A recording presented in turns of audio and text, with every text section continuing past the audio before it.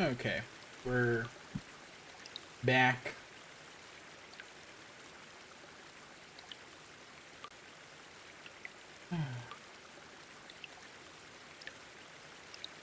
Okay. By we're back, I mean I need to fix something real quick.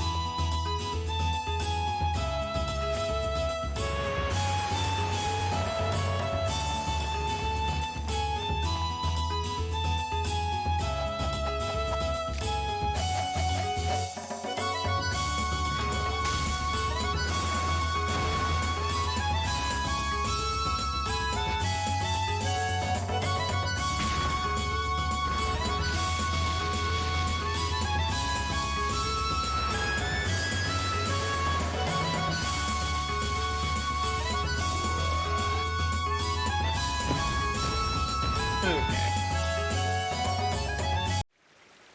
Now we are actually ready to go. I am tired, as one might guess from the fact that I'm streaming at 3 in the morning. I haven't done that in a while. But you know, that's just how it be sometimes. I don't remember what I was doing other than progressing the plot, so that's what we're gonna do. Oh no, we have to use Max. How terrible. I truly am just heartbroken by this reality where I have to be Max. Oh no. How terrible for me. Anyway, I continued unnecessary sarcasm aside. Wow. Max really be weak, huh?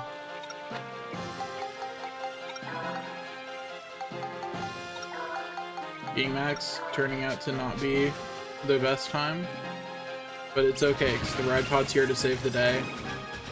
And this is a casual run we want to get through fast, so I regret nothing about using the ride pod. Not even a little bit. Like, we are going to abuse the ride pod, in fact.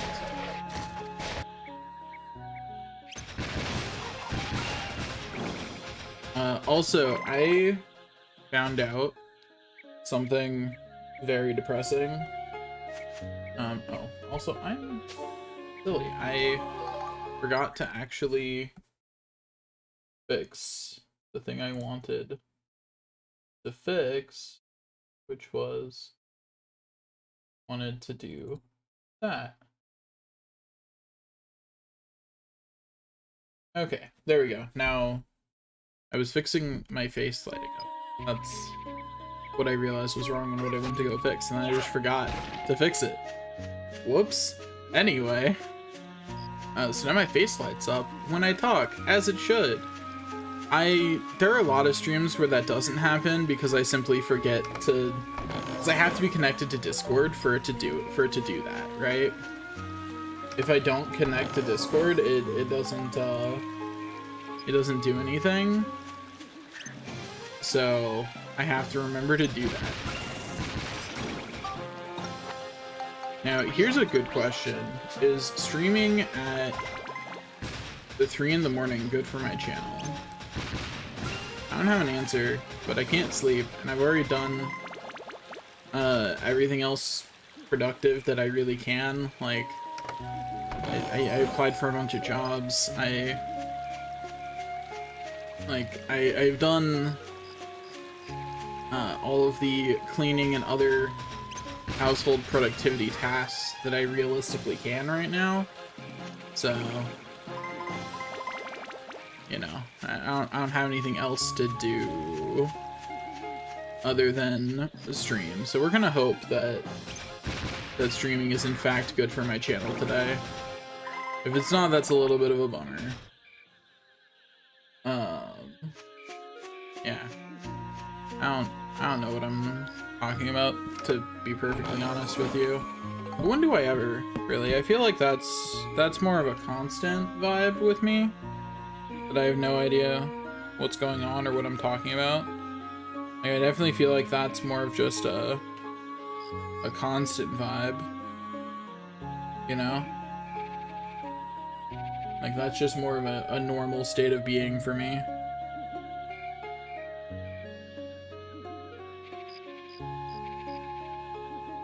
Don't mind me just doing stuff in the background.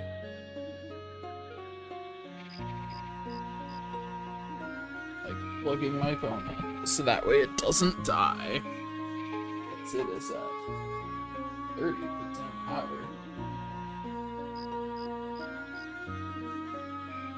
It's gonna be a little bit of a hectic stream because, like, I don't know what I'm doing. We're all over the place. Got no clue what's going on. Not a thought in my brain. Not a singular thought. There are no thoughts here. There is only ride pod, shoot missile. It's not a thought heavy day. It's very much a thought light day, in fact. Like, we are on a thought light diet, actually. There are, in fact, no thoughts here. Or maybe there are. Food for thought, I guess. But I'm hilarious. Anyway, I don't actually know, I remember what my plan was for Max's weapons in this. They're clearly not good enough to actually fight. So I don't know what I'm doing here. Other than perishing. Or using the ride pod. What was even the special thing for this floor? Not that matters at this point. Oh, items? Don't care. Why is it that all the items floors have flying enemies? Like, I just want to talk to whichever dev thought that was a good idea. You know, I just want to talk. What dev thought that every one of these floors needed flying enemies? I just want to talk with them. Like, I just want to have a little conversation about if you're going to make it flying enemies on every item floor, give me a way to throw items into the air. You know, that's all I want. I don't need much. Just like a little arc on it. I don't even care if the arc is like bad, just something upward. Max and Monica both throw it straight forward. Like, straight line in the forward direction. It's the most useless thing ever. Hello, Mimic. How's it going, buddy?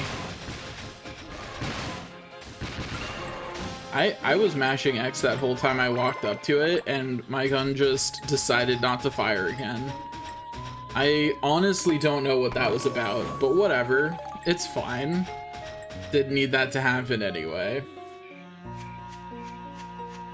I keep saying I want to get through this casual prep run of the game as fast as possible, and then I did not learn how to do diagonal running better, and I'm sure not doing it. We do love a game that works. It's not this one, but we love it. This game fails to work in lots of interesting ways. And most of the time, we're a big fan. Most of the time, the ways that it doesn't work are super interesting. And let us do things like do Chapter 6 before Chapter 6. Like, if only the game actually advanced to Chapter 6 when you did that, that'd be hilarious. Sadly, you can just get the altars, but it doesn't do anything. But it's really funny to have the altars early. Not gonna do that in Chapter 2, though. Because the Chapter 2 way of doing it is obnoxious. And really annoying to do.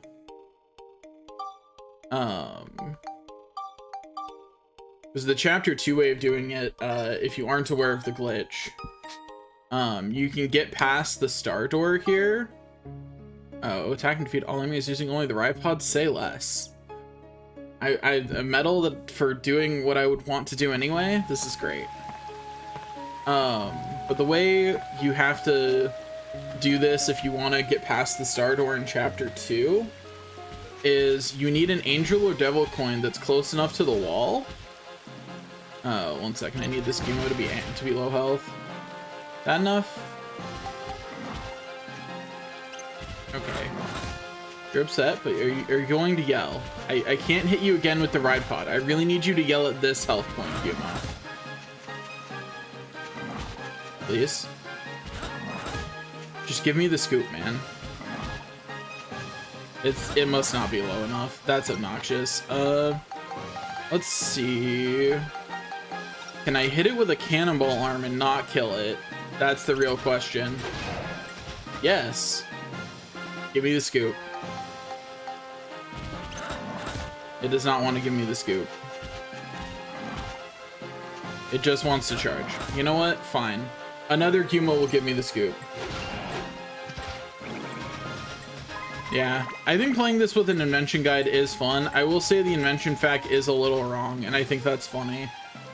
The most popular invention fact for this game has a bunch of stuff available in Chapter 1 that isn't. It's available as soon as you enter Chapter 2, but it's not available in Chapter 1. And one invention that's not available until Chapter 3, because it requires the scale. And you do not have that yet. Why did I interact with this? I don't have the thing. Interestingly, I do have the exit. Anyway, as I was saying about the star door, you can, if you get an angel devil coin near the wall, Monica's monsters can't interact with it, but they sure do get a little buggy around it. Interesting. I'm actually curious what guide you used then. But the what you do is if like say there was an angel devil coin here, after defeating all the enemies, you equip the fishing rod, because you can walk through the space that an angel devil coin takes up with the fishing rod. You get up against the wall, and then you switch to the right monsters on Monica, and you just go through the wall, and then you're out of bounds. And when you're out of bounds in this game, the way that works is if you fall off the edge, you rubber band up to the top of the play space, and you can fall down. Yeah, I know, right? It's like the one use for the monsters. And so if you perfectly fall down between the Stargate, or the star barrier, and the exit, it's still interactable like normal. You just can't get close enough to it to interact. So if you can land on the other side of this barrier, you can interact with the tree as normal and then just leave. And then you can just do chapter 6 stuff early. It's really hard to do at this point, but you can do it, and honestly it's not that bad if you're willing to use the ride pod for it. Just bring a lot of repair powder, because you will not have a good enough weapon. But the ride pod weapons are strong enough to at least damage the enemies. And because the ride pod isn't gated on defense by chapter, like Max and Monica are, you can pretty easily get far enough. Also, if you get Monica a good enough weapon, in the first floor of that, and I think actually all 3 floors of it, there's whatever they're called, enemies that shoot magic, so that way you can use magic absorb. And so you can just beat every enemy on the floor with magic absorb. It takes an eternity. It is much faster to use the ride pod. You just want, and also the ride pod is the only character that can die and that you can revive in the floor multiple times, because ride pod fuel is usable even if your ride pod is completely broken. So you can let it die and then just get it back up, no problem. I think I just lost out on metal because I wasn't paying attention to the fact that enemy was there. Oops. Did a little bit of an oopsie. I mean, the ride pod is superior in every way. That's very true. The ride pod is busted. Like, there's a reason why a lot of the time when playing this game, I simply don't use the ride pod. Because it is bonkers how good it is. The Gumo yell isn't random. You hit them, and then they have a chance of yelling. If you shoot them with Max's gun, it's really easy to get. In fact, I'm just going to abandon the metal.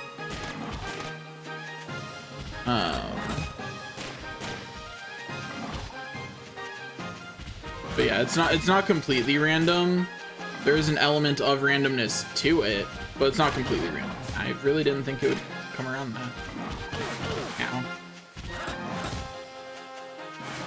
But yeah, the Gumo yell is functionally baited, but they can also just choose to hit you, and that's really annoying.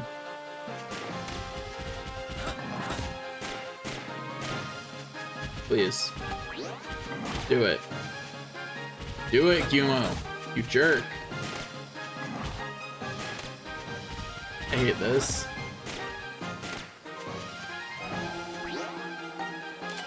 There we go. Accidentally used a repair powder, but you know, it's whatever. Anyway, I'm definitely not getting the ride pod medal, but I forgot I didn't have the cannons equipped. Awkwardly swinging my cannonball arms because they are in fact not cannons. Whoopsie. Yeah. Also, since I'm sure you're wondering, my overall thing that I'm doing here is I want a perfect save file. In order to get a perfect save file, because you don't get enough medals in the game to qualify as a perfect save file, what I am doing first is doing a casual run of the game to get the metal, to get the metal clothing, because, fun fact, if you have a save file at the end of the game, I think you just have to be chapter 7? Might not even be chapter 7. But there's a point at which if you have a save file past it, you can select the outfits for Max and Monica, and it will include as options whatever you have in your inventory. Whatever you have in your inventory on another save file.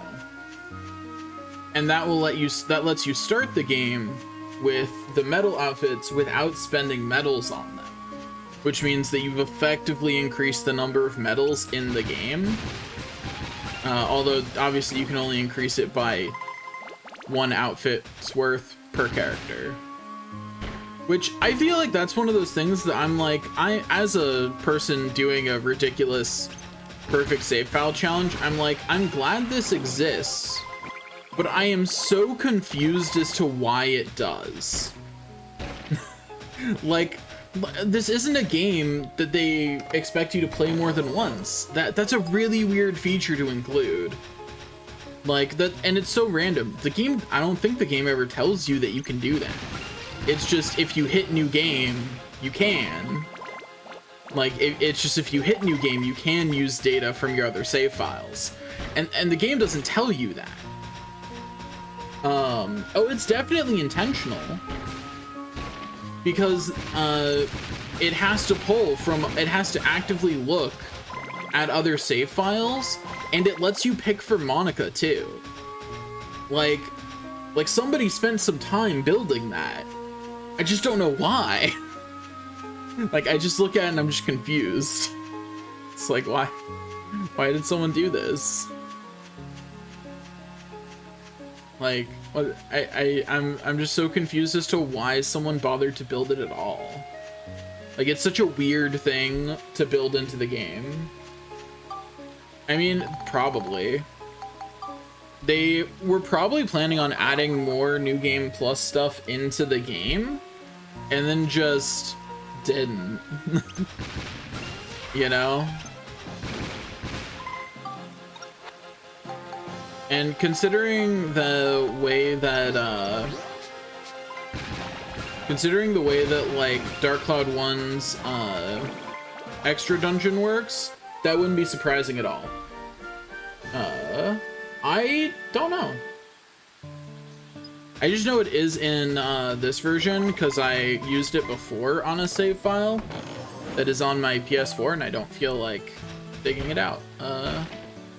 I decided that it was less effort for me to play through the whole game than for me to find my PS4 and a PS4 controller. I'd just like to note my PS4 is about 5 feet in that direction.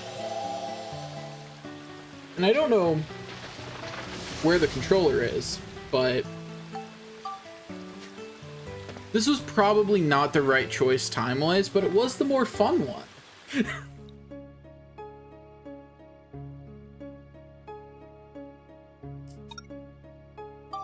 Yeah, I really like this game, and I really like Dark Cloud 1. I think it's really interesting that they both have different drawbacks. Like they changed things from Dark Cloud 1 to Dark Cloud 2 that I'm just really confused about why they changed it. I'm like, that was good actually. Wait, don't I just need a picture of the spider lady? Isn't this the most rude scoop ever? Or no? Isn't there a scoop for the spider lady? I thought there was.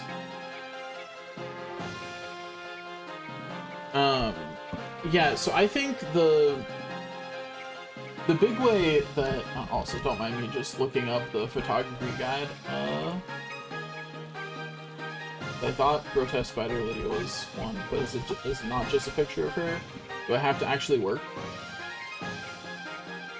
But I think, like, the biggest thing I don't like about this game is that it changed the weapon menu in a way that I do not like. The weapon menu in Dark Cloud 1 is way superior. It's not close either. I don't know why I was thinking that Grotesque Spider Lady was one, because it is not. I'm just fabricating things in my head, I guess.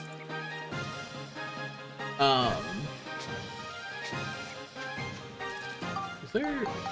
I really need to remember to actually check the medals. They're all without healing? Yeah, I can do that. I'll even use the ride pod to assist.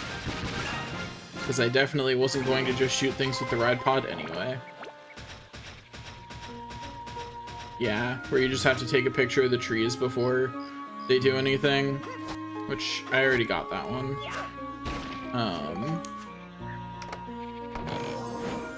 But, yeah, the weapon menu in the first one is really good. Also, love how the bombs just sometimes don't do damage. I don't know how that moving spider lady was guarding, but the game sure thought she was. I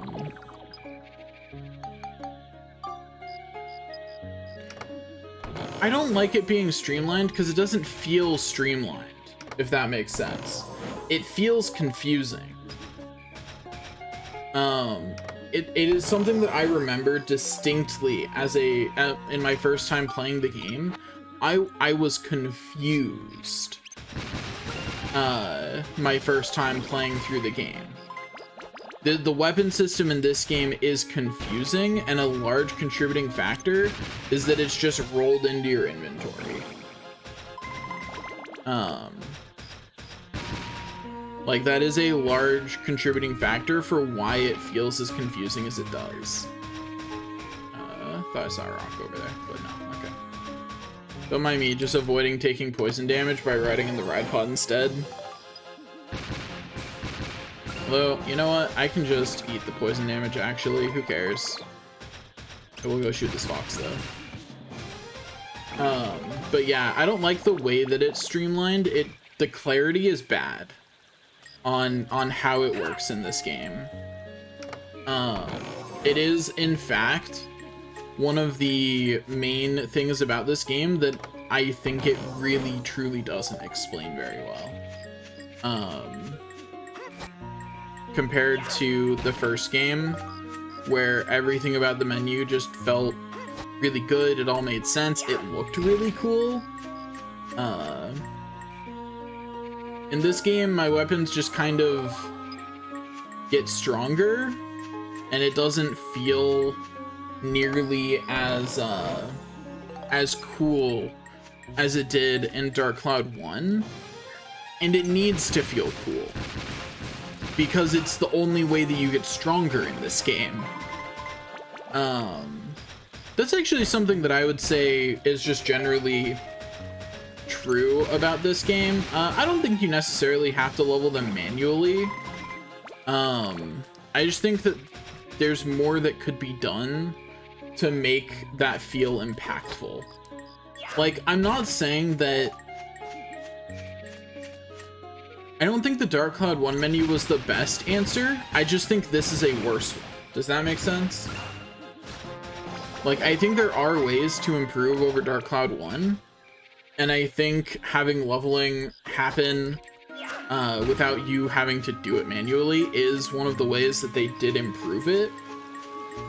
But they took out a part of the presentation that was performing a function and didn't replace it.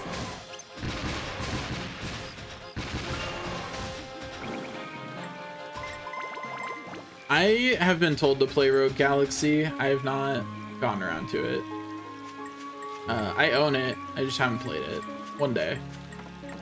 I mean, I kind of just want to play all of Level 5's discography, at least on JRPGs. Like, I want to play all of their games, which, honestly, I'm not that far off. Like, the Ni no Kunis are I think the big ones. The Ni no Kunis and Rogue Galaxy, I think, are the big JRPGs of theirs that I haven't played.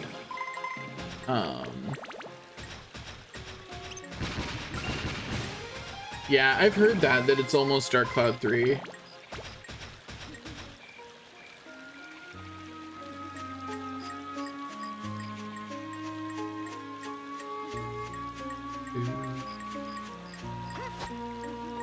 Break a rock. Pick up an item. It was gun repair powder, something actually useful. We appreciate that. I've had really bad luck with rocks recently. Yeah. I honestly hope that Dark Cloud 3 becomes a thing one day. I don't think it will, unfortunately. Especially not after how successful Ni no Kuni was. Like, if they make a third game of a JRPG franchise, it's not going to be Dark Cloud. You know what I mean? It's going to be Ni no Kuni 3. But like, I'll take Ni no Kuni 3 too. Like, those are still good games. Like, so long as Level 5 keeps making JRPGs, I'll be pretty happy, because every Level 5 JRPG I've played has been good. Like, they've not released one that I thought was bad. So, as long as they keep making games, I'm pretty happy. It really could have. I agree. I'm just gonna casually go back and heal before we go into a floor where I'm not allowed to with 1 HP. you know, we're gonna... Oh, right. I forgot I haven't been back since I got a Geostone. 1 second. I'm getting seen.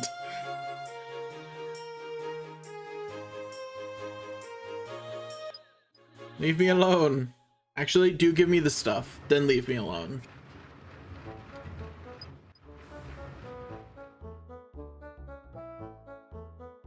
This is the worst. Okay, anyway, I just wanted to top off my health. Like, that's all I popped out for. Anyway, if you're wondering why I'm skipping scenes, it's because I recently saw all of them.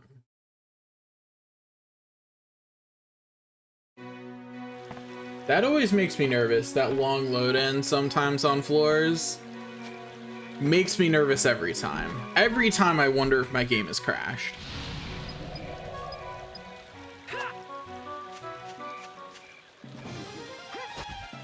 Yeah. That's not quite true. You see the inside of it a couple more times. I think you're right about seeing the outside of it. I don't think you see the outside of it again. but you do see the inside of it at least once more at the end of this chapter.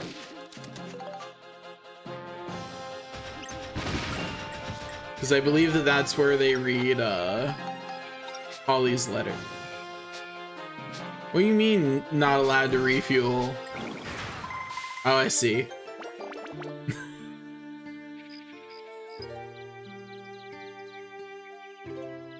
I feel like the main way that you fix this game is give it another 6 months in the oven.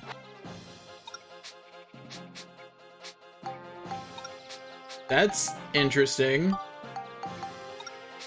I've never had this bug before. Oh, I can't heal. That includes refueling, doesn't it? I'm dumb. I should have refueled.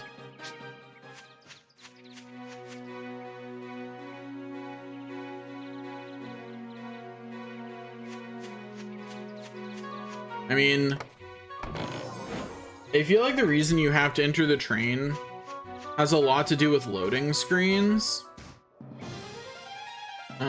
And how much data they could actually have in different places. Like you have to enter that train not because they want you to have to, but because they couldn't figure out how to make it work.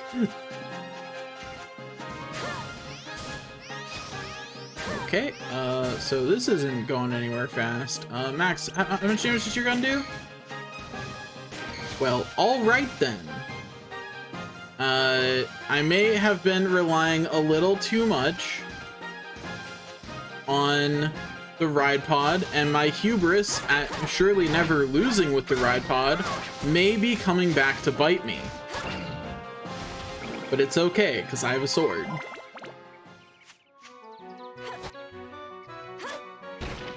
I mean, they're not doing anything with the stations, but the stations do generally look pretty nice. And there's more, especially in older games, there's more to memory management than just, than you would think.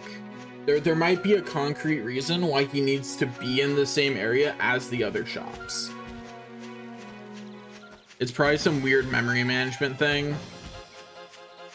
Like that's almost certainly the answer. Come at me, Gumo. Fight me. Didn't even have to hit this one to make it yell. It just decided it wanted to. Whatever. Ow. I don't know what I'm gonna do when Monica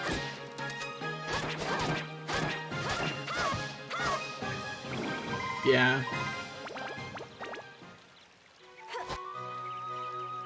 Like, there's probably data reasons for why they have it work that way.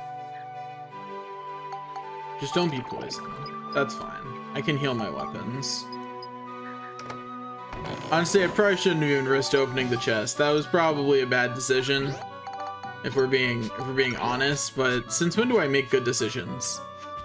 Good decisions are so boring. Hey, Gumo. Come here, buddy.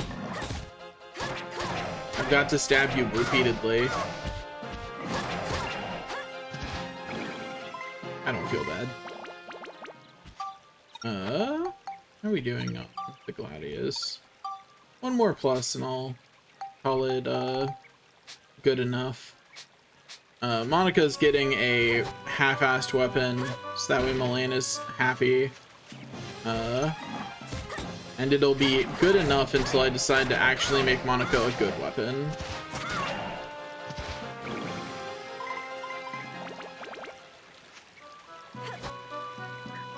Yeah, the stations are pretty boring. Like, they kind of just exist.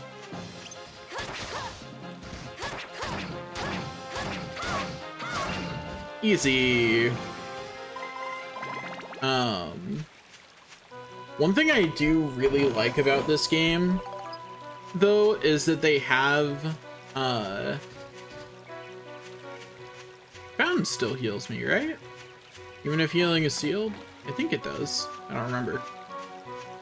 I don't remember this interaction. It does still heal me. Haha. I've won. They can't defeat me now. I don't know what I'm doing about that Sonic Bomber, but I've won.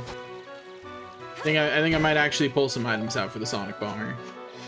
I might do the ultimate easy mode cheat. But one thing I really do like about this game is that they had, I just got another full heal. Okay. Is that they had this really interesting thing that I saw a fair number of JRPGs around this time doing that I'm really sad that they've kind of stopped doing, which is introducing mini games and then never forcing you to interact with them again. Because now if a game has a mini game, it really wants you to have to interact with it. And I miss the days where you would be shown how to fish and then you would just be done. Ow. I miss those abs, that's sad. I miss those days, they were great.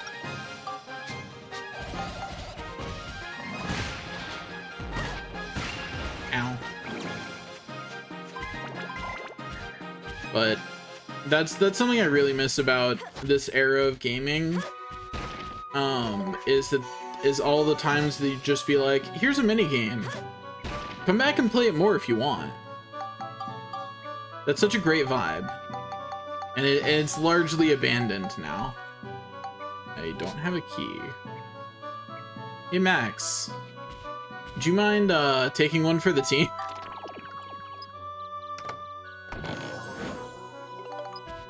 Because now if there's like, if there's a mini game, the game's like, no, it's important actually. And like, I don't know, I liked just going fishing being an option that didn't matter. And a lot of games have dropped that. Even Zelda started dropping it. And like, that's Zelda. If I can't go fishing, what's the point?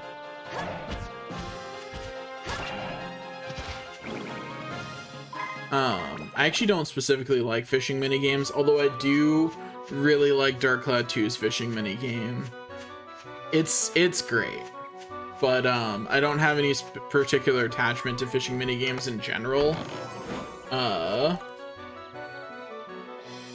But I just really like the vibe of you don't have to interact with this, but here it is anyway. Like that's a great vibe for a game to have, and it really adds to the feeling of diversity of content of a game without actually making me feel like I have to do it.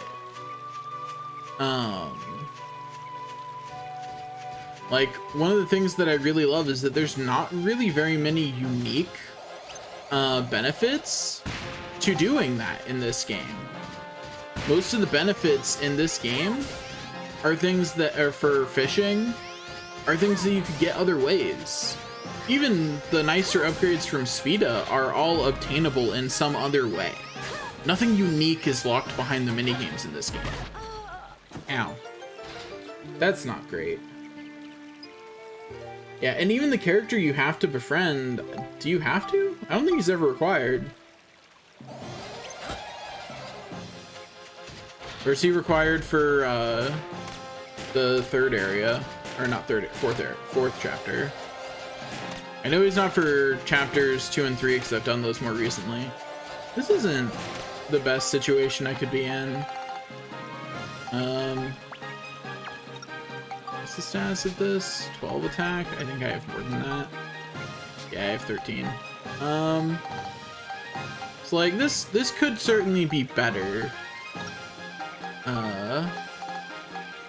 I could certainly have put myself in a better situation.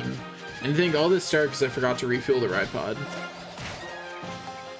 Had I remembered to refuel the ride pod, I only got like 5 damage in. This is the worst. You know what? I have the exit for this floor. I wanted to break the white seal while I was here, but like, it's fine. I'll just leave. It's not that important.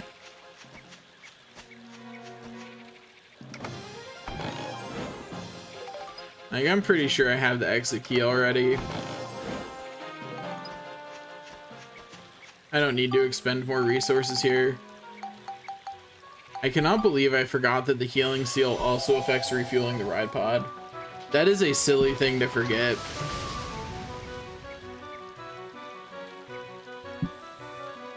That was also my reminder that I should probably make sure that Max and Monica have, like, better than trash weapons. So anyway, here's me not doing that.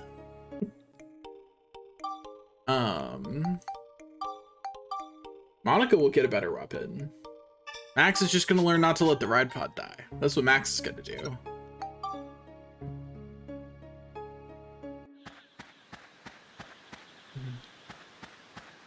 One thing I really like is that inventions are completely optional in that you don't need to use them. True, I can give him the Jurak gun, which is gonna be his tied over gun until I make him an actual gun. I just don't like making any of them actual weapons in chapters 1, 2, or even 3, just because it takes so long to make actual weapons in these chapters if you want to just make a weapon once and not have to do it again. Like, if you want your weapon, if you want to just generally stick with the same weapon throughout it, you have to level a lot at the lower levels if you're insane like me and want the possibility of getting up to 255 weapon HP. I recognize I'm insane. I know. I hear it. I hear the insanity of that sentence. It's not stopping me, but I do hear it. Okay, I do have Cedric with me.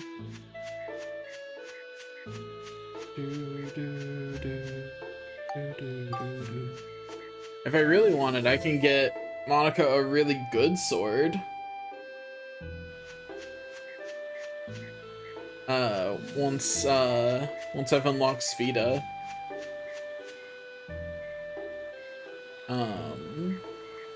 You can get a sword that's on tier for chapter 6 once you unlock Sphida. Fun fact.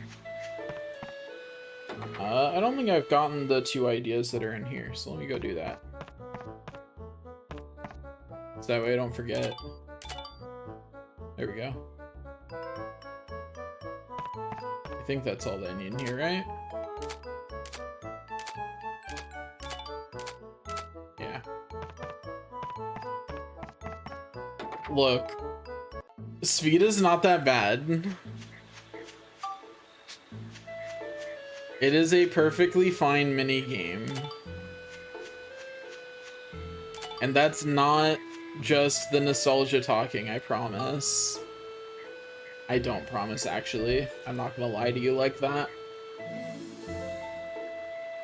I like Sphida, but it's definitely the place that the game needed the most improvement.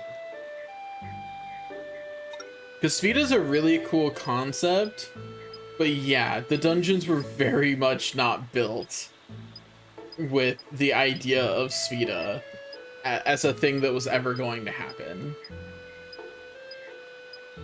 Like, they really did not... They really just were not built with that in mind.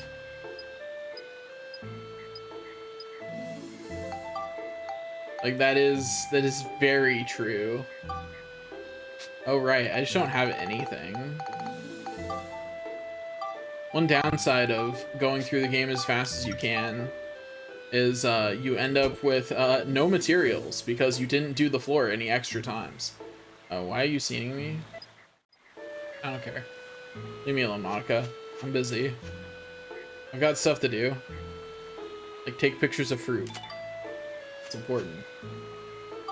And then make this landscape pretty by making it just a barren plain. Yep. Much better. It's not my fault the rocks were ugly, you know?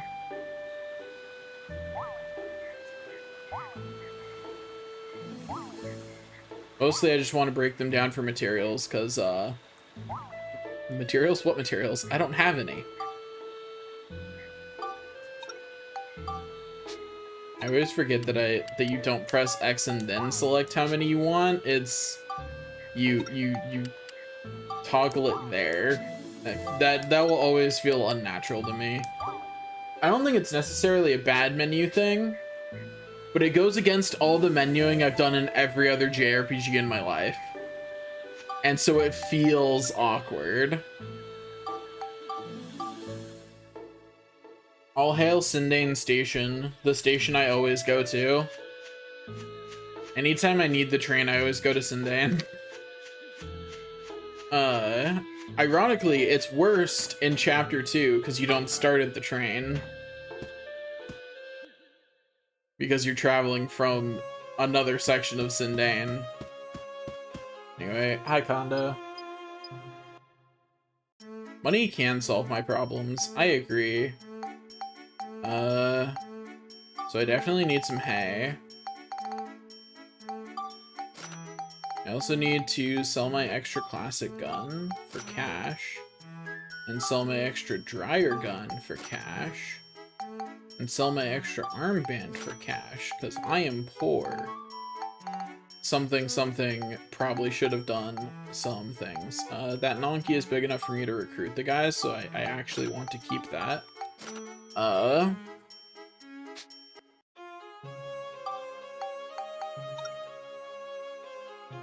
Speaking of, was I just told to go recruit Gordon?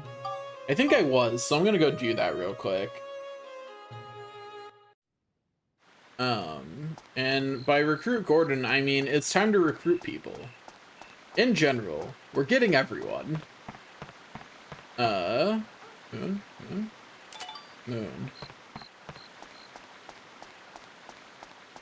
So we're gonna go. The question is, will we recruit Gordon successfully before... Do I have holy water already? Cool, I do. Will we recruit Gordon fast enough for me to go give the moon guy the moon picture while it's still night? Hello, please.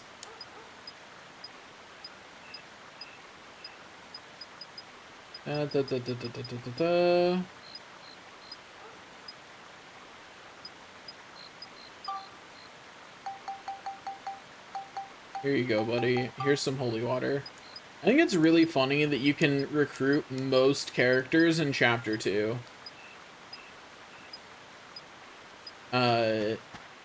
Like, there are characters that it's not really a great idea to recruit during Chapter 2, but you can recruit the vast majority of them. I think there's what, like... There's a couple that require the end of Chapter 2. Because you need gold paints and, the freshest stem. But other than that, there's the fish lady who only appears after the Finny Frenzy. And then, who else? I know there's Dell, who you recruited at the beginning of Chapter 3. And then I know there's someone else that you can't recruit yet, and I forget who it is. I think there might be one more person. I know, right? You're just like, live on this train now, and they're like, I guess we will, Max. You're the boss.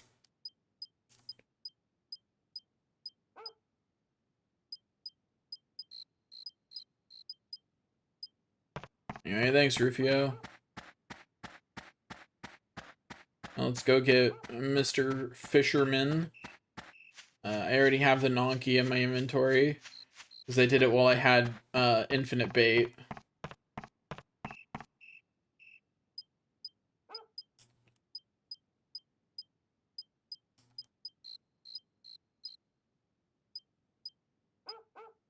Yeah, I didn't even need to go do any fishing. I'm just already better than you, Fabio. That's right. What now? Let's see. Who else is close by to get? I think the next closest one's probably the priest. Yeah, there's no one else on the way. We'll get the priest, then we'll start the hide and seek thing with Gina. Then what time is the old lady in Max's house? Is it just at, I know it's at sunset, but is she also there at night? Should I try and go for that before I get Gina?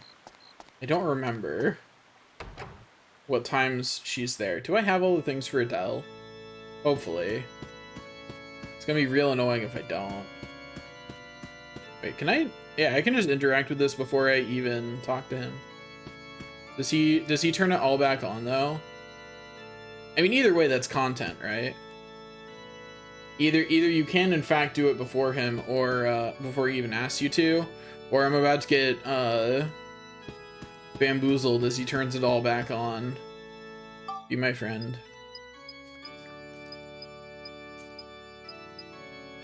Do.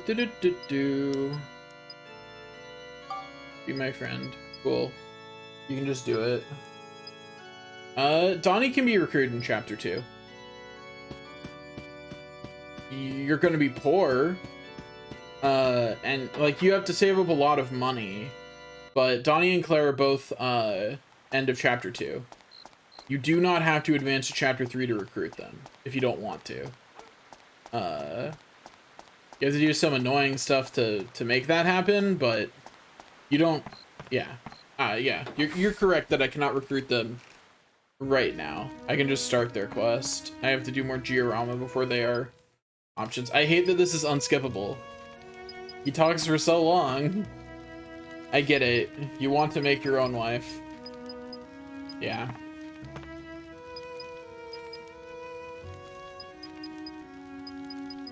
And not only do you need the coin for Donnie, you really want to have enough money to get 5 of each coin. Unless you want a machine gun, in which case you don't want dark.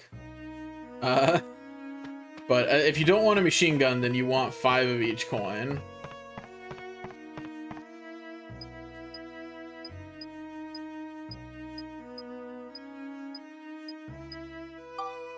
Oops, I didn't mean to say that.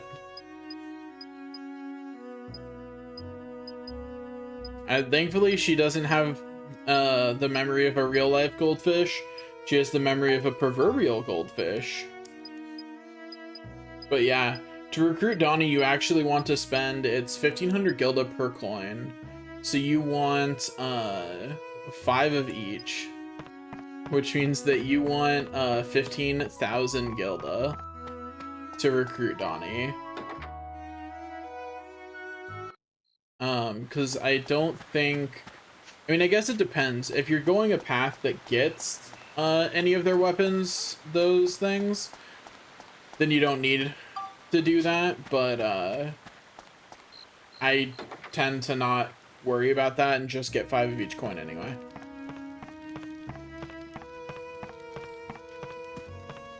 But I think that's because not a lot of weapon paths include dark and absorption, or not dark and absorption, dark and the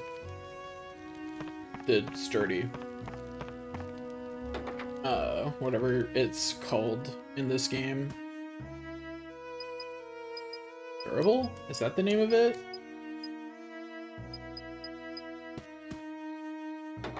Fun fact, Dark is just better than Critical.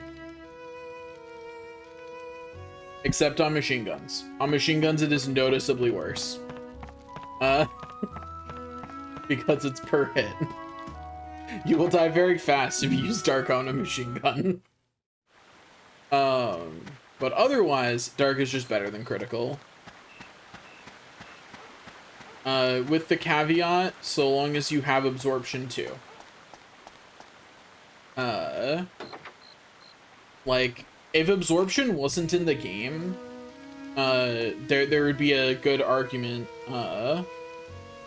I don't know. If you had it maxed, maybe. I've never tried. I always just put Critical, on. Also, now that I'm older, this is not how auctions work. That is not how auctions work.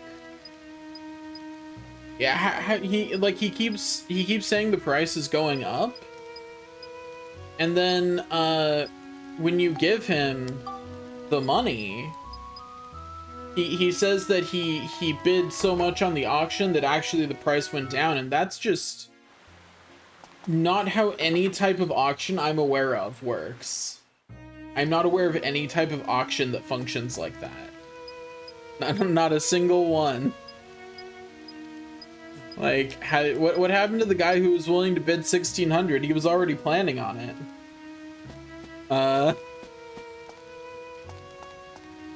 Like, what happened to that guy? Where'd he go? Aw, darn it. Yeah, the old lady is not there at night.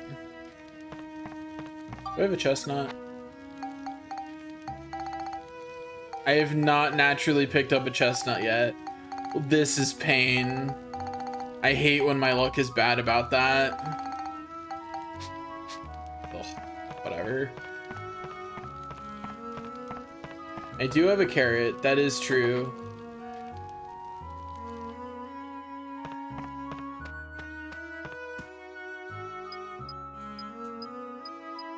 Okay, yeah. Also, I still think it's really funny the way the line is worded for, it seems a bit of a waste. Like, that's such a weird, they translated that line so weirdly, but that's so funny. I never have the heart to say it though, as funny as it would be. Like, it's like, why did they say it like that? It's one of those things that, like, I've read a lot of translated stuff. It's one of those things that I look at and I'm like, that is so awkwardly translated. That's not how we talk in English.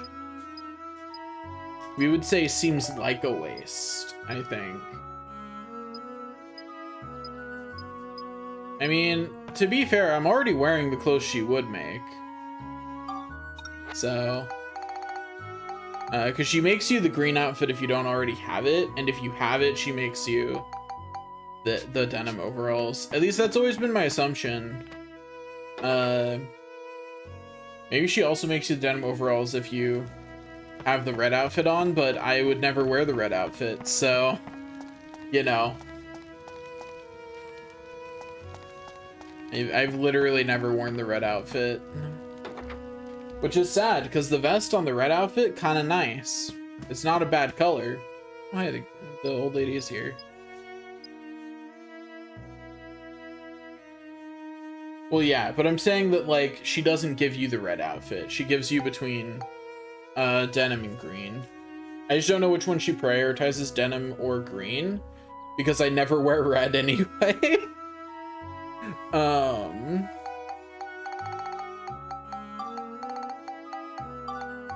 But I've never gotten the red outfit from her, so I assume that she just gives you denim or green.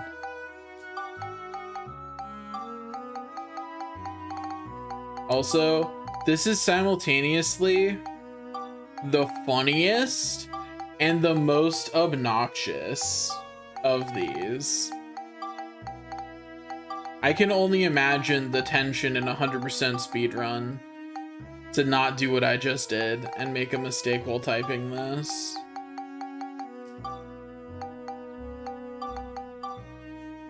When I was a kid, I would forget the period sometimes. It was so annoying. Yeah, exactly. If you forget the period, you just have to retype the whole thing. Anyway, our grandmother is now on an adventure with us. Let's go. Although I'm not actually sure if she's our grandmother or not. It's a little vague.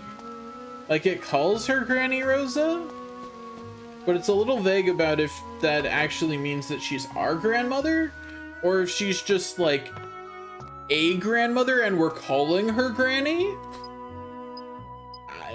It's not a thing that we usually do in English, but that is one of the few times when in English we do that. Like, we do call people Granny, and that's definitely sometimes done in European settings. Like, that's absolutely, yeah, like definitely, like, every culture that's involved in this game, like, would call someone Granny who is not their grandmother.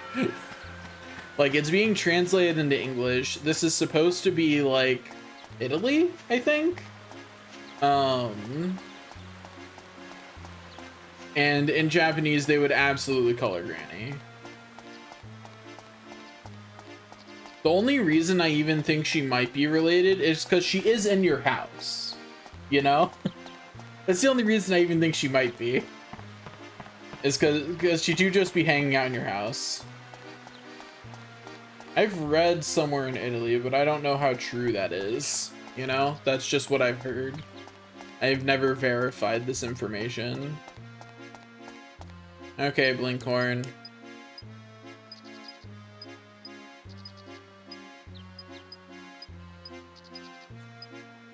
This is really hard if you don't know the secret to running in this game. Which is, don't look where you're going. I can't do diagonal running perfectly, but this is still faster.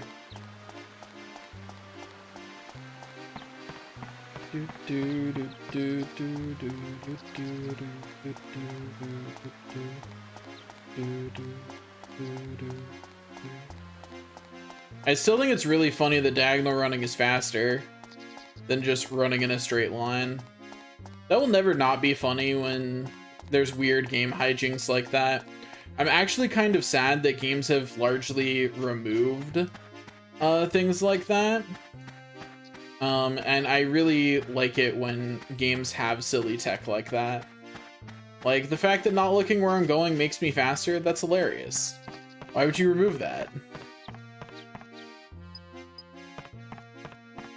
Although, I will say, this run is obnoxious without doing diagonal running. Like, I'm doing diagonal running and still only just going to make it by a little bit. Although I'm bad at diagonal running, so like this is very inefficient. Both in terms of getting the full speed up and in terms of how I'm pathing. Like, nothing about this is even approaching efficient because I don't practice diagonal running, but yeah. Oh, nice. But yeah, I think every game should have random speed tech in it. That is something that every, or at least most games, should have. I do think it's funny how much faster diagonal running is, though, because I did that pretty badly, and I know from being a kid that if you run that perfectly, 2 minutes is a good time if you are actually looking where you're going. Like, 2 minutes is a really good time for running that normally. And you can diagonal run pretty badly, and you do it in 1 minute and 50 seconds. Like, cut 10 seconds off by doing something badly when doing it perfectly, you just barely make it.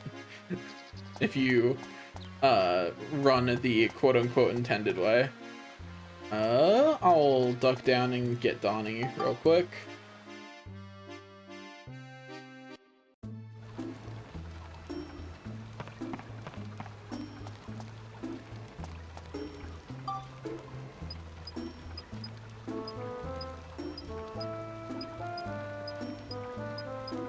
Yeah, Donnie, shut up. I don't actually care. I didn't mean to say be my friend. No, please. I'm sorry, I'll stop matching.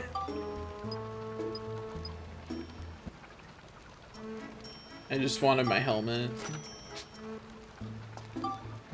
So that way I can admire how ugly this hat is. I mean, honestly, it's not that bad. I don't like it though. Like, it's not the worst. It's not the worst hat. That definitely is the helmet. Although the helmet's funny. Or the hard hat, rather.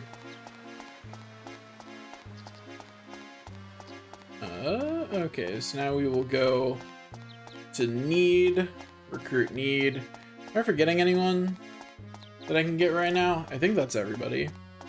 Like, I think need's the last person I can recruit right now. If I've forgotten someone, I'll figure it out later.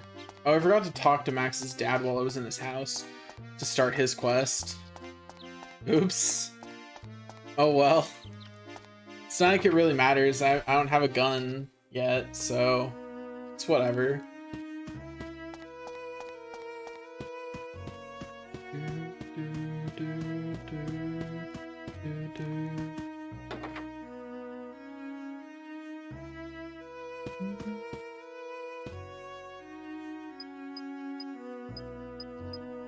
Okay. Also, I think needs whole thing is really funny because he doesn't ask you for a quest or tell you why he needs it done, and I think it's really, oh, I have to actually talk to him first. I can't just, that's right, I have to tell him what it is.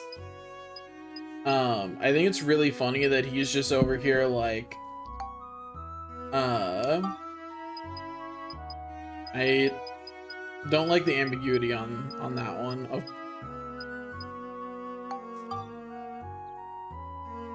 Anyway, it's 12:21.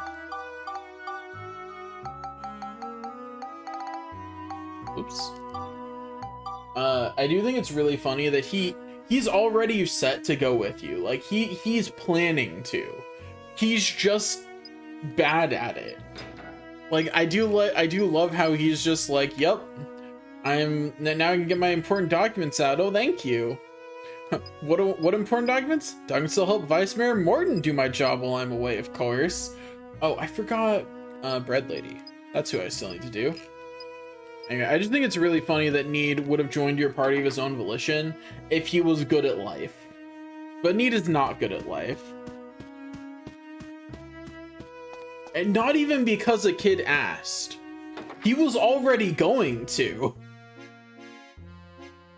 He was already on his way out the door. He was just bad at leaving. You know? Like, he's trying to leave already. He doesn't even wait for you to ask. He's already getting ready to go.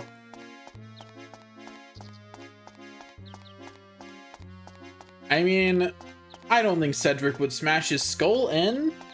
The ride pod would. Cedric would just be piloting it. Like, Cedric's not gonna do the dirty work himself. That's what the robots are for. Yeah, hey Polly, be my friend.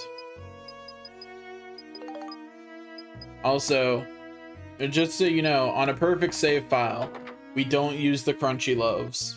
They stay at a perfect 20 out of 20. I wonder if the item dupe glitch works on the crunchy loaves. I haven't gotten to test if the item dupe glitch works on anything yet.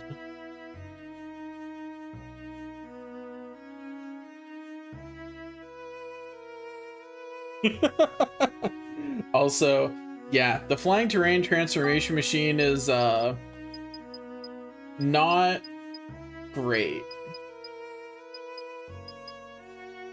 Like, it's interesting as an explanation for how you do the Georama, and then they just kind of largely forget that you have it as an option the rest of the time. They're like, it can't be used to move rocks. What do you mean that's its whole purpose? No. Oh, this is the wrong way. I don't know where I'm going. I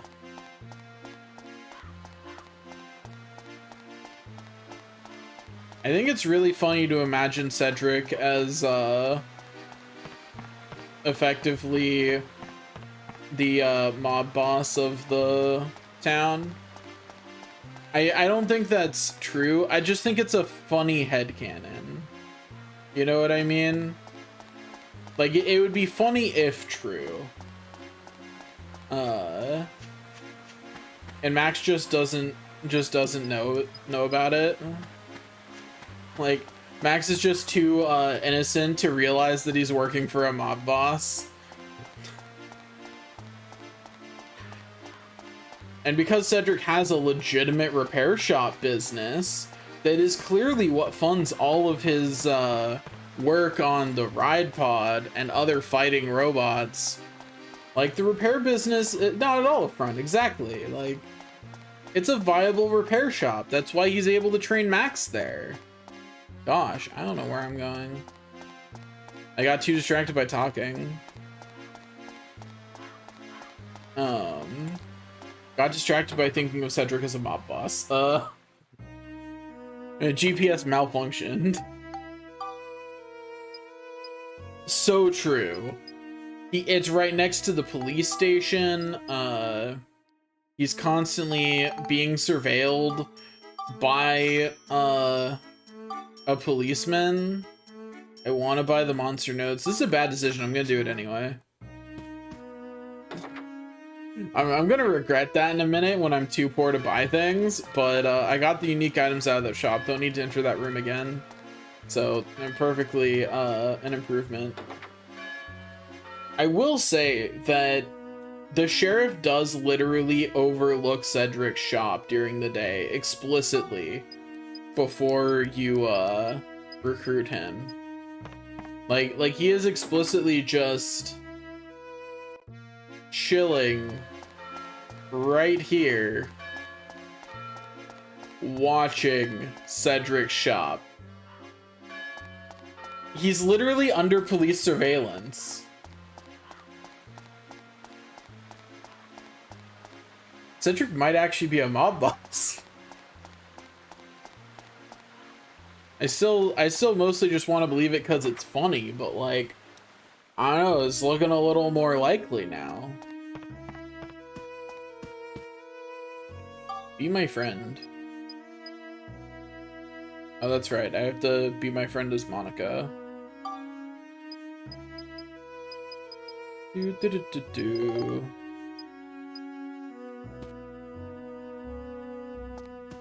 Yeah, so true. He does tell you to take a photo of Blinkhorn. Cedric the mob boss for real. Clearly that's what Cedric is.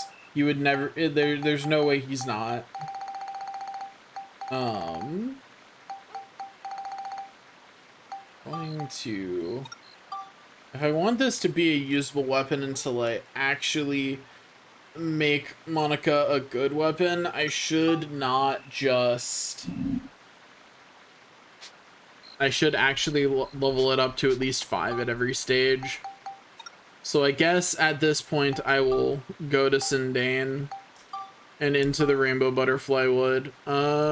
What's a good floor to grind on here? This one gives the most abs, but since I don't want to use the ride pod, it's also fairly annoying. But I don't have the metal for beating all enemies using only the ride pod.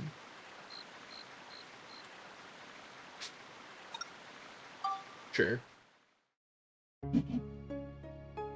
That being said, I'm not going to actually try and get this medal. I might this first run through just to have the medal. Nah, I shouldn't. Because I need to get Monica's sword built up so that way I can recruit Mullane. Then I need to casually ignore Max's gun. It's not important anyway. Easy. Anyway, want a little bit more and then I can do some spectrumizing the bad way. Oh, that snake is more durable than I thought it would be.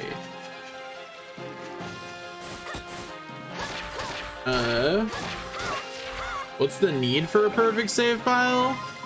Neuroticism. There is no need for a perfect save file, but like, that's not gonna stop me from making one. And not on this save file, I'm not gonna bother taking advantage of Lyn. Like, I might at least get the Magic Brassard up to like, Apocryphal or something, but I'm not gonna like go hard in on, really taking advantage of Lyn unless I decide to actually phase through the Star Door. To actually get a more appreciable amount of abs than is otherwise available in Chapter 3. Because like any gains you get from Lyn giving you more points per level is offset by how long it takes to level in Chapter 3, you know?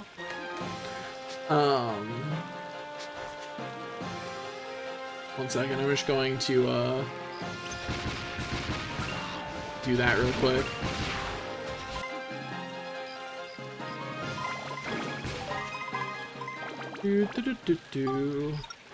Get a little more abs on Max's gun.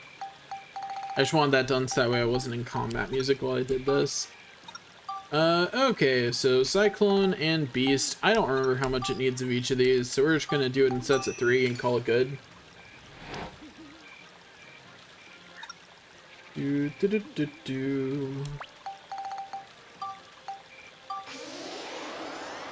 Nice. Yeah. Fun fact, a not so fun challenge in this game that I started once was, and the reason I know so much about glitching through Star Walls is because I once asked myself the question, wouldn't it be funny if you didn't use synthesis? The answer is yes. The game is really funny if you don't use weapon synthesis at all. But that means that your only way to get stronger weapon types is to find them or utilize the people who give you bonus points enough that you can upgrade weapon types, which is only really feasible on Max's Wrench. You can also do it on Monica's Sword. Fun fact though, the armband is impossible because it needs more than 99 points between things, and you can't get enough level up powder unless you just straight pull that item out of the ether. That's the only way to do it. Okay, just more Cyclone and Beast. Cool. I don't actually remember how much it needs, but I'll give it enough so that way it can upgrade, and then I'll just boost it 5 times. And so on the one hand, was it absolutely painful? Yeah, but it actually wasn't as bad as you would think. Once I got through the Star Wall in Chapter 2. Once I phased through the Star Wall in Chapter 2, the grind and got Monica a better weapon through Spheda shenanigans in Chapter 3. The grind after that, not nearly as bad. Because I could grind in Chapter 6 abs, which, like, still less than Chapter 7 and 8, but not by that much. You know, you're still getting 2,000 a floor. Bummer. Couldn't quite, get it, but whatever. The Monica Sword is now noticeably stronger. Come here, Flame Element. I got a new sword to test. That was disappointing power levels, but whatever. It's fine.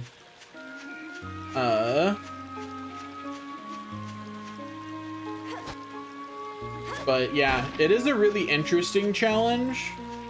It is not for the faint of heart.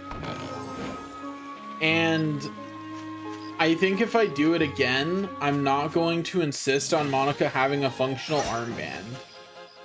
There is one glitch I want to test that would make the grind way more friendly by eliminating it altogether.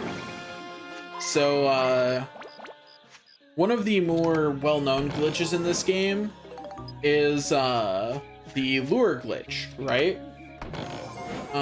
One of the lesser-known glitches in this game is, can I do it in the menu right now? It doesn't let me equip a fishing rod right now, right? Yeah, okay. I can't demonstrate then. Is the ability to get anything on a fishing rod. So I couldn't find anywhere online if anyone had said if you could combine those two glitches, because you can get anything on a lure rod too. And I was like, what happens then if you do the dupe glitch? Does it work? Can I, the core question here is, can I dupe leveling powders? And if so, I will absolutely use that to skip the grind. Now, the game won't crash. It'll do something. This game is surprisingly crash resistant. You can do a lot without it crashing. But I can't check until after chapter 4. Which, since you can't do it until chapter 4, means that Monica doesn't get an armband. That being said, Monica can get a good armband even without that. Because she has access to the 5-star armlet, right? So if you name change ticket a 5-star armlet, you get it with its base stats, which is still like 125 or 150 in all of its things, and like the majority of its stuff, isn't it? Like, you have to up almost every stat for that weapon. Darkblood 2, weapons pack, 5-star armlet.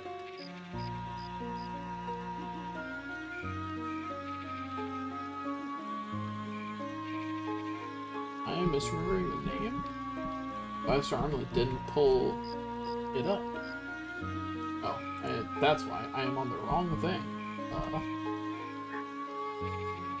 How's Dark Cloud 1 weapon thing still in my suggested? I haven't played that game in like 2 years. How is that still there? Whatever.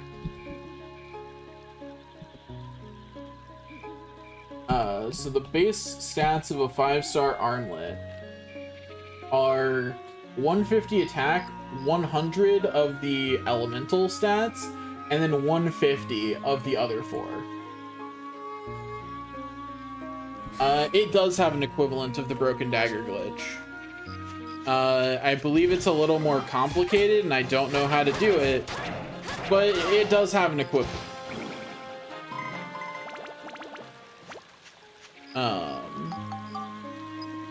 I don't know much about it, but it does have an equivalent that works pretty similarly.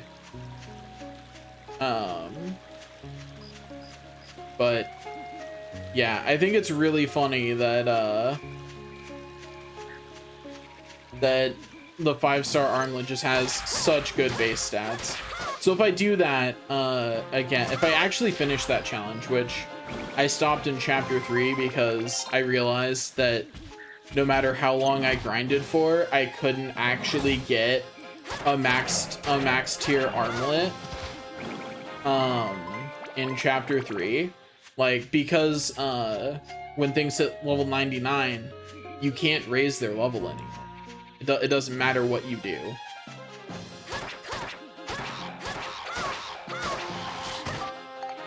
You know, why am I surprised that swords aren't good at fighting these guys? That makes a lot of sense, actually. That's lore accurate, actually. I don't know why I'm surprised.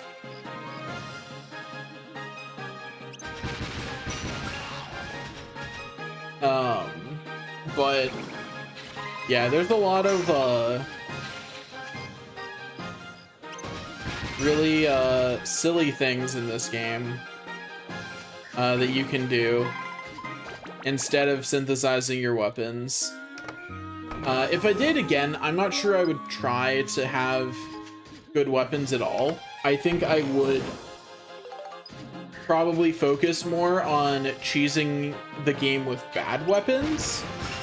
And also, obviously for a challenge like that, the ride pod is banned if you don't need to use it. I would largely agree. Like, despite thinking that the menu look is better in Dark Cloud 1, I do still think that, like, the weapon synthesis in this game is overall superior, just not presentation-wise. And I really like weapon synthesis in both Dark Cloud 1 and Dark Cloud 2. That being said, it was a really fun challenge idea to figure out how, because this is a challenge I'd never heard of anyone doing before, right? Like, I couldn't find information on it before I was trying to do it. So it was really fun figuring out how it could be done, you know? And in particular, figuring out how it could be done without standing there for an eternity, trying to level my wrench up to level 99. You know, figuring out how to do those kinds of things faster. But yeah, for that run, Ride Pod was just strictly banned. Like, the only times I was allowed to use it for that run were when I actually needed to. If I did not need to use the Ride Pod, it was banned. For obvious reasons. You know, that challenge isn't any fun if you just use the Ride Pod. You know? For similar reasons, items were also banned. All damaging items. Yeah. I think it'd be interesting to do something like that and see how close to my definition of a perfect save file you could do. But I would only do that if the item dupe glitch worked.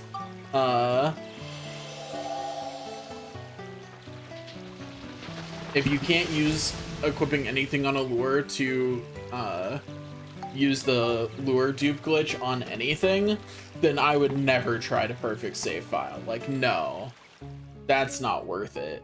That is not worth the time. I don't know why I went back here again. That was silly. So I want to level Monica's sword, and the snakes are really resistant to it. As are the fire elements. Like, this is just not a great floor for her. It was honestly a little silly to come back, but oh well. We're here now, so...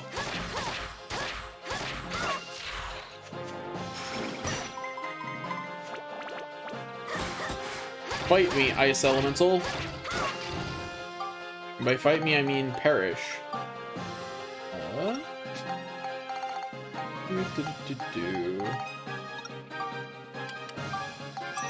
Gotta spectrumize them hunter crystals. I will say that I think it's the worst part of weapon synthesis in this game is how much better how much better synthing other weapons onto your weapons is. Because I don't think that's very fun to do. You know? Like, the most efficient way to do it is to just have max level wrenches endlessly, and I don't find that very interesting. I think it's outright boring, in fact. It's not fun to do, and it's definitely the worst part about weapon synthesis, but I forgive them for it because, honestly, it doesn't feel super intended. It felt more like they included that feature because they had it in the first game, where it made a lot more sense. And then they went, ooh, actually, oh well. Because, honestly, it really is not great for the ecosystem. That being said, this game does have the benefit of you not having to fish for 10 hours to max your weapons. So, it's definitely got that going for it. I hate fishing with a passion in Dark Cloud 1, and not because fishing in that game was bad, but just because I had to do it so much. Like, fishing in that game wasn't amazing, but it wasn't bad until I tried to max my weapons for the bonus dungeon, and then it felt very bad. Like, I think I've only ever maxed one weapon at a time in Dark Cloud 1. I never bothered to max more than one. Across all 5 of them, I will simply max a single weapon.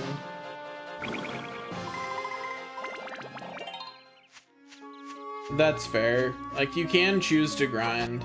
I chose to fish and get a metric ton of diamonds, put them all on one weapon, and then I went, and I'm never doing that again. And so I put them all on, originally I put them all on Tone's weapon, and then I broke down his weapon and put it on Zhao instead, because the final dungeon was really annoying having to run up the enemies. I was like, I think I'd just kill you from range, actually. And Zhao is my favorite range character in that game. Not the best one, but my favorite. And I will show favoritism.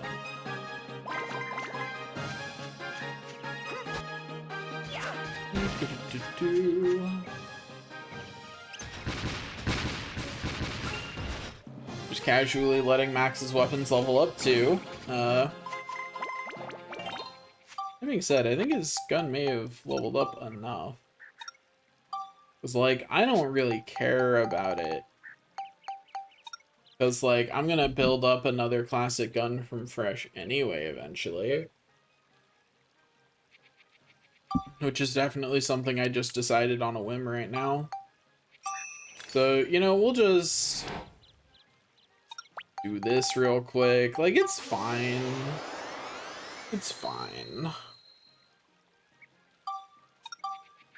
Really needs more Cyclone? Okay. I think it needs 15, probably.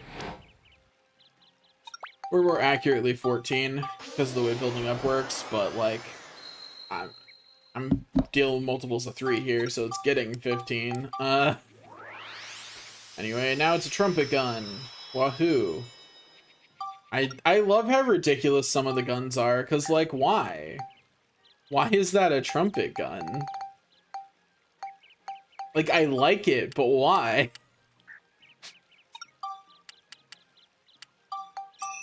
I don't remember how much Exorcism and Cyclone I need, so hopefully this will be in the right vicinity. Here's hoping.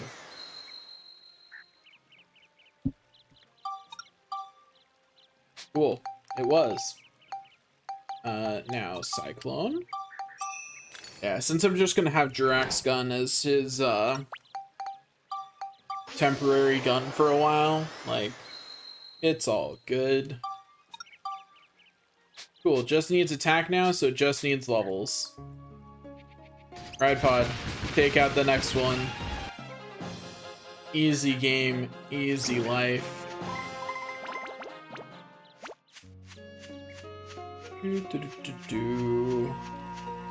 Open up a chest. I don't know why I'm switching to the Ride Pod for that. I can just stab it with Monica. Like, it's a Gumo. They're easy to kill with sword. In fact, they're the easiest to kill with sword. Really. Of the enemies on this floor, anyway. Yeah. That's awkward. Oops.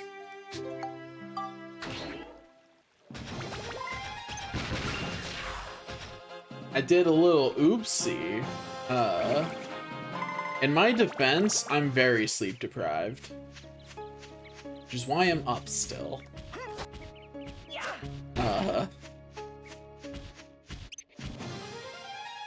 So I guess we're focusing on maxes.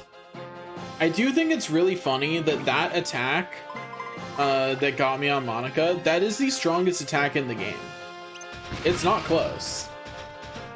Those enemies are the strongest enemy type in the game. Because of how often, because that attack just hits you like it can hit you like 6 times. And honestly, I think it might be more. It's definitely a lot though. Like, it can hit you quite a lot, and it doesn't knock you down like most other multi-hit attacks do, or otherwise not hit you multiple times. Like the rolling turtles, clearly that's an attack that hits multiple times. Like if you guard it, you can hear that da-da-da-da-da-da-da against your shield, right? Like the Ivanovs and rolling turtles and things. All the things that roll at you. Like clearly that's how that attack works. And then just, it can only hit you once though, if it actually lands. Not these guys. They are made of stronger stuff, evidently. They can hit you as many times as they feel like. Which does make them by far the most deadly enemies in the game. If anything's going to kill you, because you got hit by a single attack that you shouldn't have, it's those guys. Because you actually got hit by 6. Like, everything else, if you're like on par with the stats you should have, you can generally make a mistake and you're not gonna die for it. You know, that's why I'm not too worried about playing this game when I am sleep deprived. Like, I'm not worrying about it too much because, like, it doesn't matter. Like, you can make mistakes in this game. It's generally pretty forgiving so long as you're eating your stat upgrades. You know, eat your stat points and you're fine. Also, I am going to actually go and head back to town and do enough Giorama now to get the badge. And then get a specific different badge when I'm going for the Hamara drop. And then I will come back here and finish getting Mullane with Monica's sword. And the reason why is because, like, if I do get through the star wall, you know, like, right, it's funny to do it at this point. You know, like it's a funny thing to do early. Why not? Why shouldn't I? If the game lets me, there's no reason not to, right? But I can only do that if I have the skeleton. You need the skeleton transformation or the Baron Balloon one, but you can't get the Baron Balloon one at this point, so skeleton it is.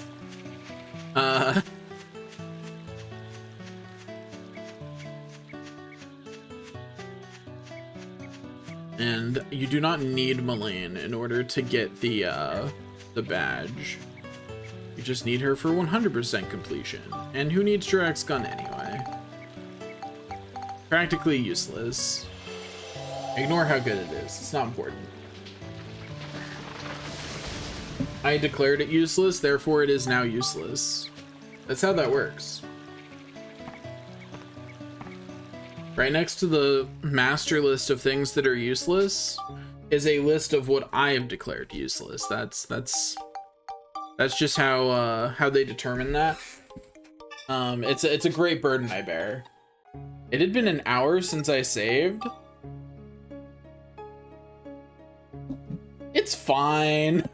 I was never at any risk of a game over. It's fine. Everything is a-okay. We'll just go and make a little happy tree, you know? We're just gonna go make a little happy tree. Everything is I'm not gonna go make a little happy tree actually. I need to figure out what materials I need.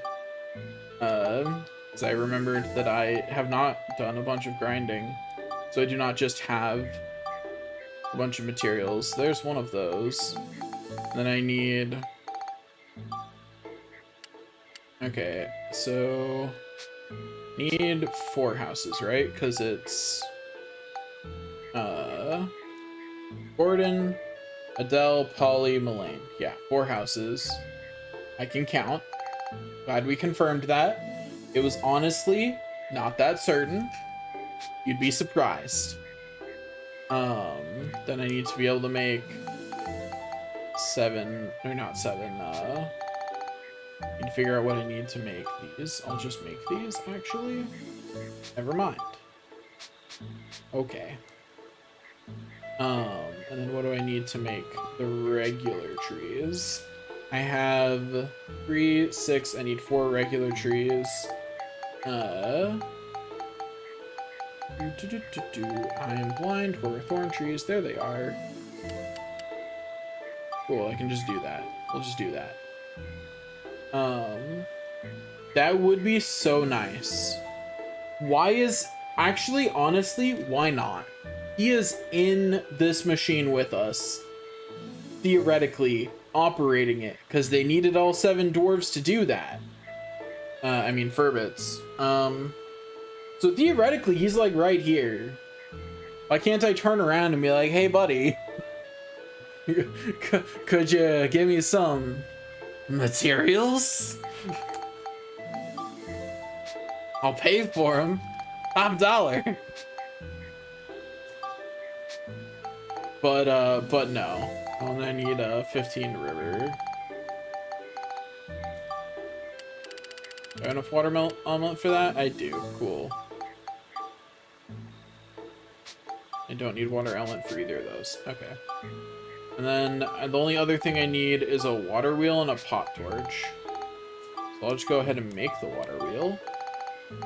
And pot torch. Cool. And then a bunch of wooden fencing, but I'll get to that in a minute. That's just logs anyway.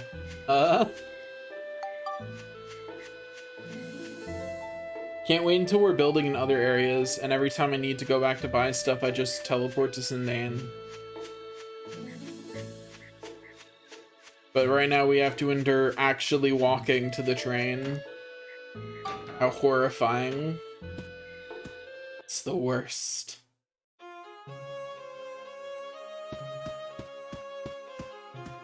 Hey, Conda. Give me my stuff, please. Okay, I needed 3 sturdy cloths. We'll get a 4th just so I have one. I needed, like, I don't know, another 40. Uh-oh. Oh, no. You know, we'll buy that last. We'll buy that last. It'll be fine. So we needed more forest stew.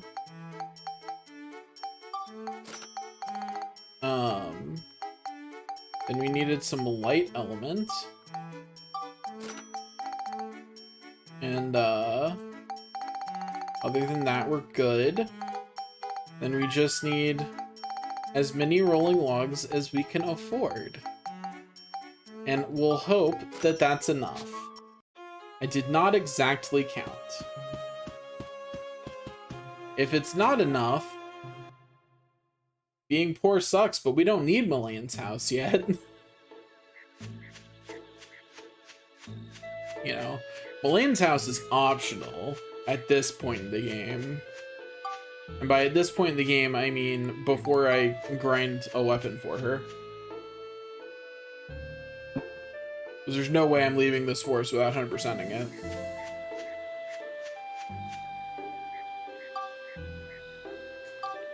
Okay, let's make the other 2 eyes. Not the other 2 eyes, the other eye tree, and then the nose. And then see if we have enough to make 3 houses. Oof. Well, we don't need Mullane's house, so it's fine. You know, we do need a cart. Uh-oh. some mistakes may have been made. I may have made a mistake or two. I should put the river down first. Okay, let's... Operation Make This as Cursed as Possible has begun.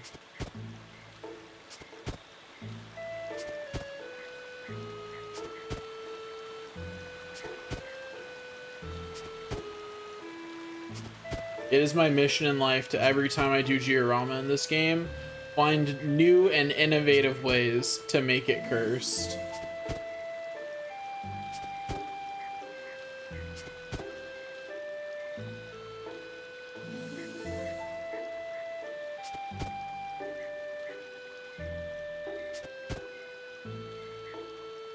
Okay, there we go. We now have a relatively cursed river. And now we're going to place our straw house facing this direction away from everybody else.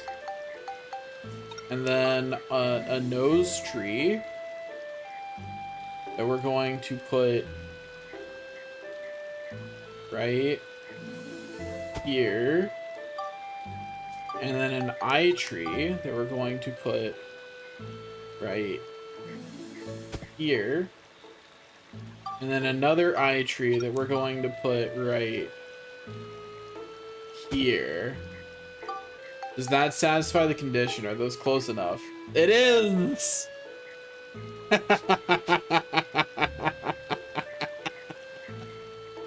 Oh, that's hilarious. There's been a change in the future. I'm sure there has.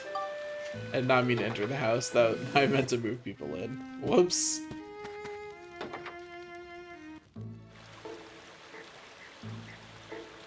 Move people in. Get in there, Gordon. Anyway, so Durak is back and alive again. Good for him. I need to place a water wheel somewhere. I don't want it near the house.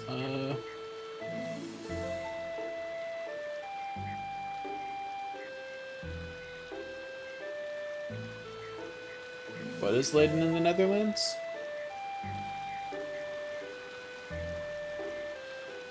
There we go. Oh, okay. I didn't see the chat above that somehow. You'd get my eyes checked. Or just be less tired. Probably just be less tired. It's good to know. I had heard that it was Italy, but I'm not surprised that someone on the internet was wrong. That's like the least surprising thing I've heard today. Huh.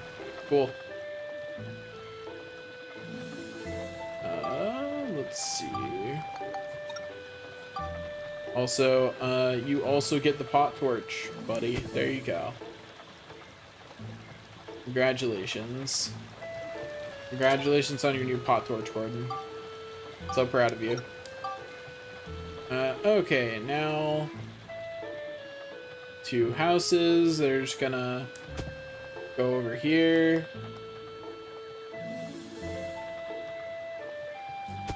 There we go. That's beautiful, beautiful. Then 4 thorn trees. 1, 2, 3, 4. And then I need to go get a single wind element.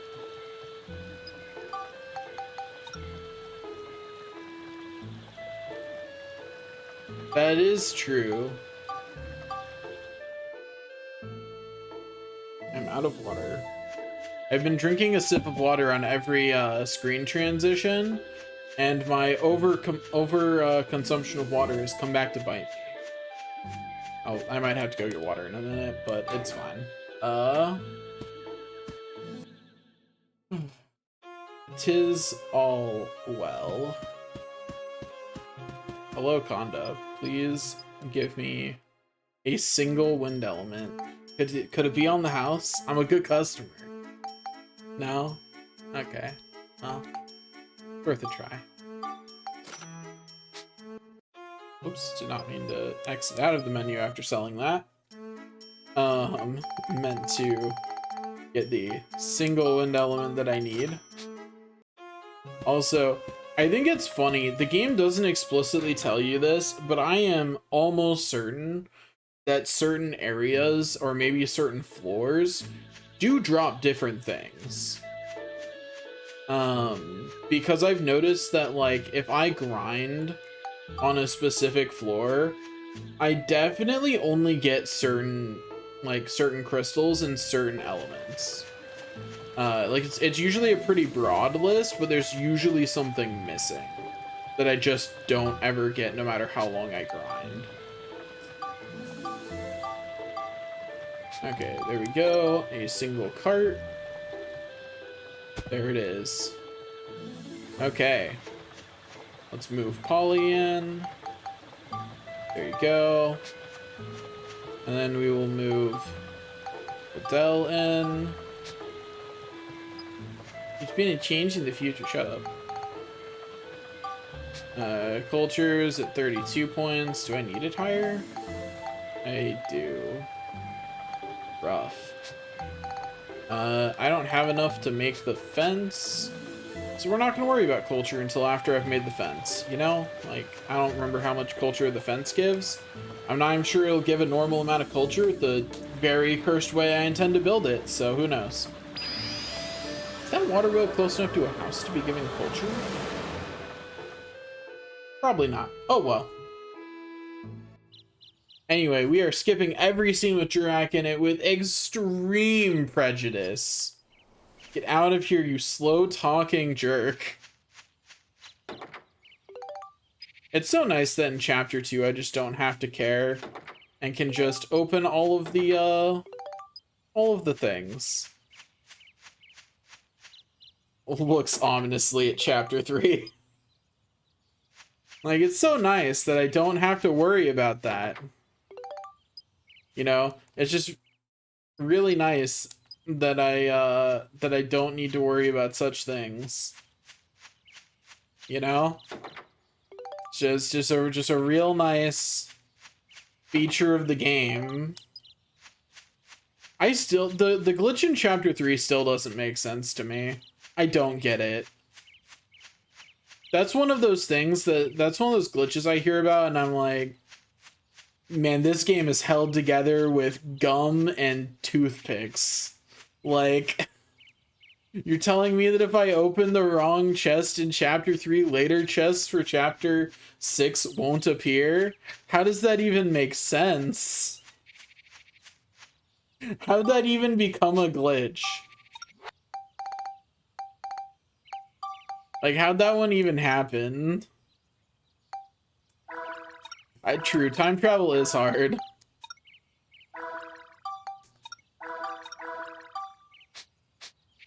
That's just, it's so funny that that's the glitch. Like, but why? How? How is that what we ended up with? Yeah, like, it means that somehow the chest data is related in a way that doesn't really make sense. And the weirdest thing is, like, I would guess that it was something like, oh, it must think you've already opened those chests, but it's not exactly. Because it doesn't have any issues if you, like, open, if after the chests have spawned, if you open the other chest and then leave. Like, it doesn't make them despawn. It's just weird. Like, it's definitely, like, one of the weirder. Also, that's something that I think has aged very poorly, as people don't like being flashbanged. Oh wait, I just realized when this opens, I'm too poor. I have not thought my problems through. I know, right? Okay, I've got the seed. Yeah. Like, this fade to white here just really sucks. And the worst part is skipping the animation, because this is a loading screen, just makes it last longer. Because this is just covering for the loading screen, right? Like, that's all it's doing. That's all it's here for. I don't have enough money for the badge. This is gonna be awkward. Gonna be going up to these people like, don't you know I'm trying to save the world? That's how you that's the energy you should treat Kondo with. Like, don't you know I'm trying to save the world? Why are you charging me? Welcome. I rebuilt your home.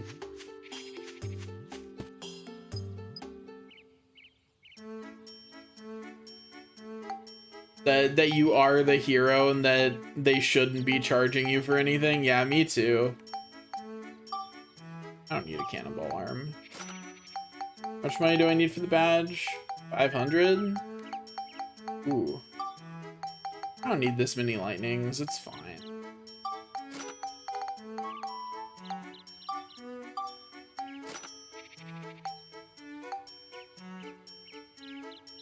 Yeah, like,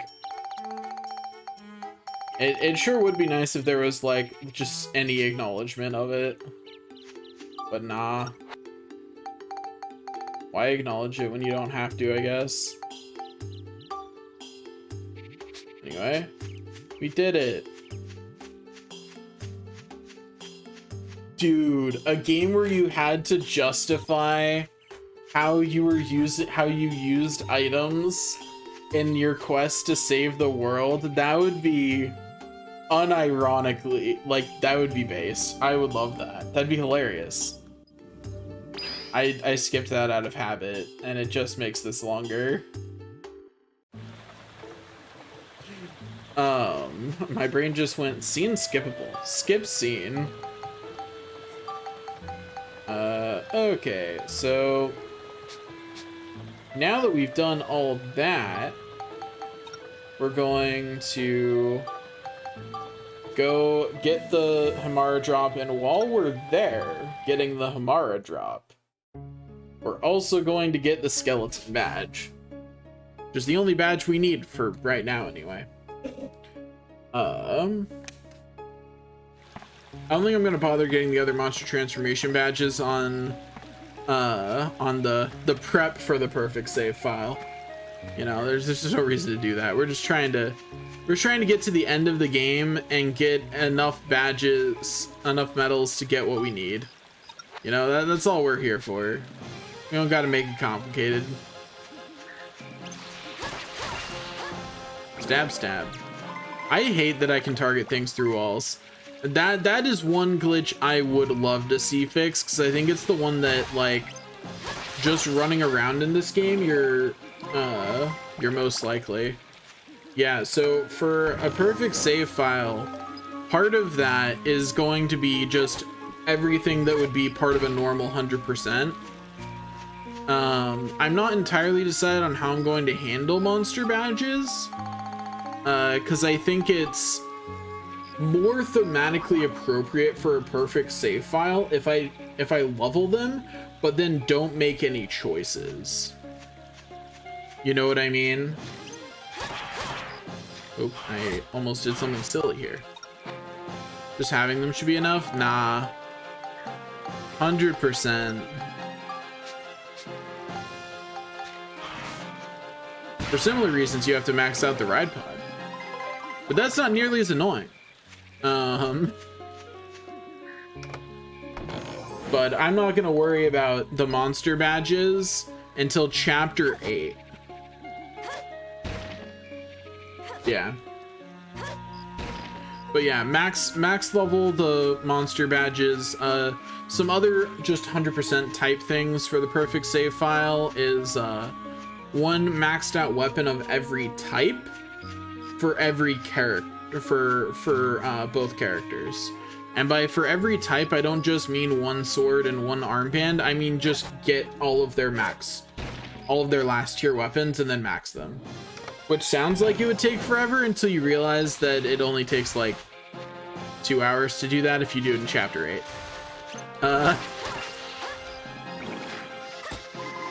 Like, it takes shockingly little time to do that if you do it in chapter 8. If you do it through, oopsie. I really thought it could take another hit. I was wrong. But yeah, if you do that in chapter 8, it's more than 2 hours. It's probably like an hour a weapon. Which probably puts it more at like, because there's a lot of different types of weapons in this game, like 10 hours. The only reason part of it isn't maxing out every weapon in the game is because you don't have a big enough inventory for that. So I settled on just have all unique weapons like Jirax gun there and probably maxed out, and then just have whatever it's called. The things that I just said. Oh, hello. Also, I think it's hilarious that they just like, they're me like, oh no, I must have misseen. They're like, oh no, it's just a Hamara. It's just one of my people. Here. Thanks, bro. That's so nice of you. Let me return the favor. Got any more? Anyway, I feel like I might be the bad guy. That's one of those things that you do and you're like, am I the baddie? Mars are the worst enemy in this whole forest because they can slow you, and you don't. It's very rare to naturally get soap at this point.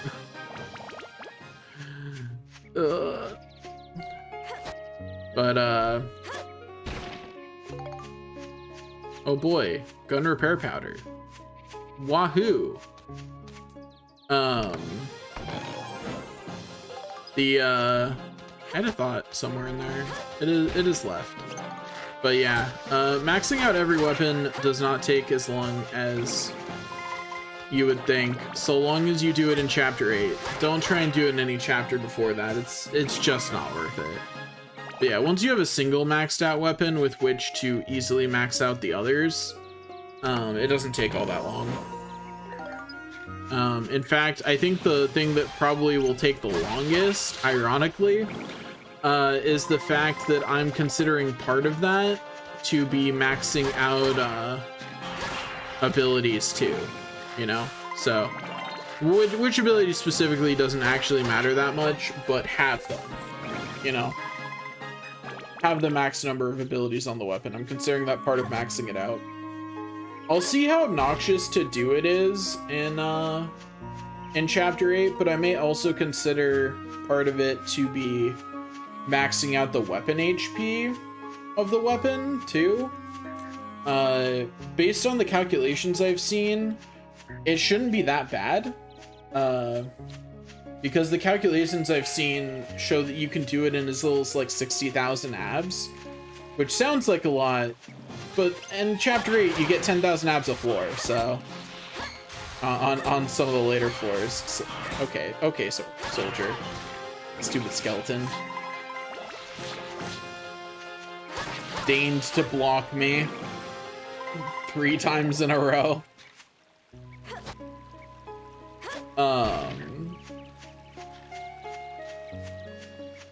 Hello, skeleton soldier.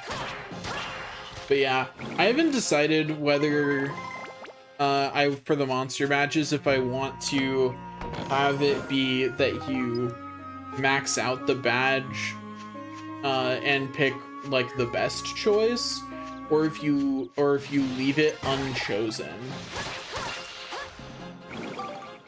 You know, I haven't decided which is more perfect, you know, for the definition of a perfect save file. I don't know. Because I think, like, there's a decent argument to be made for both.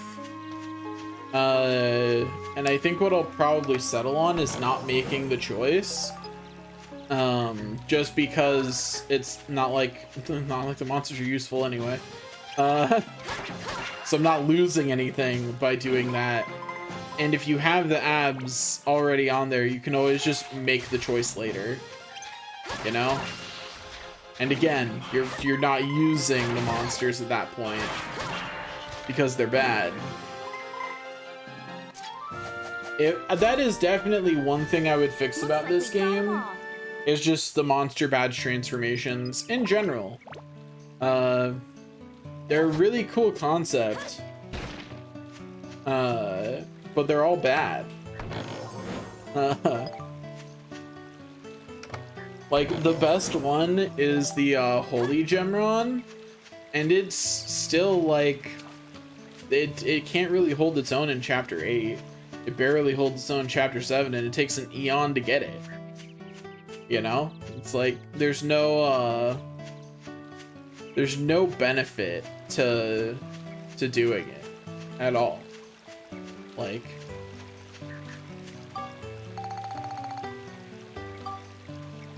it truly is just bad. And I don't know why they made monster transformation just so bad. I'm not surprised that it starts bad. I do think it's an absolute, like, obnoxiously, like, why would you do that question with how long it takes to level up.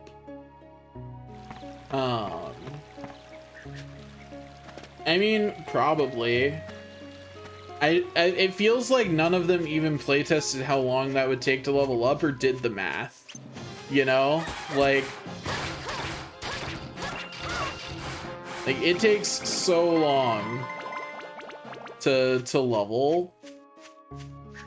And if they were worried about you getting the more powerful monsters too early, they could have done a you can't turn into this monster until you've defeated it thing, and then it would have been fine. I mean, that's fair. This game definitely did not have... darn it, both of those are too far away from the wall, I'm pretty sure.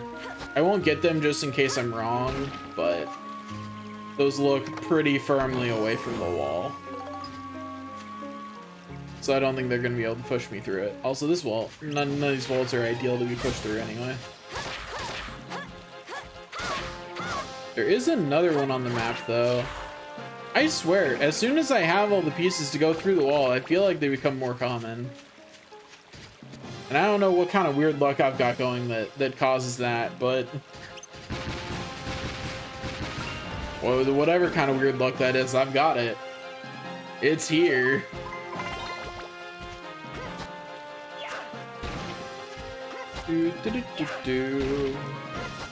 Break some things. Okay, Monica. Stab him. You can do it.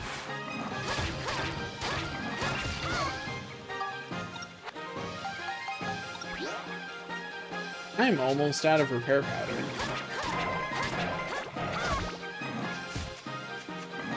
I have not been getting any repair powder from rocks, huh? I haven't really been paying attention to what rocks have been giving me. You know, like my sleeping has been real inconsistent this week, so like I'm sleep deprived enough that like this is pretty much just flow of consciousness and a complete disregard for what's going on the screen at this point. Like, honestly, I'm surprised when I hit the right buttons.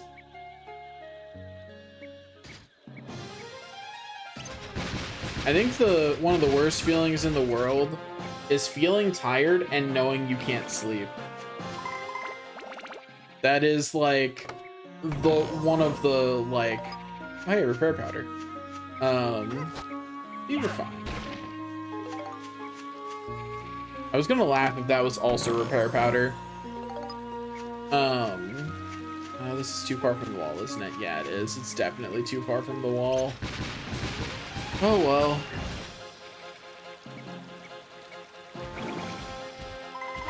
I wasn't set on doing the silly thing.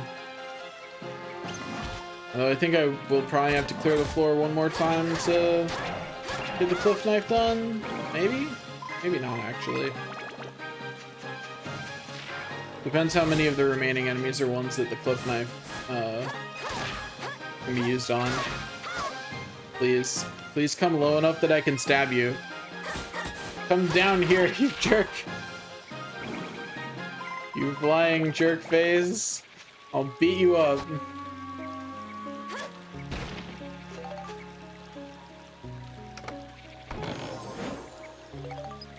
There's 2 repair powder.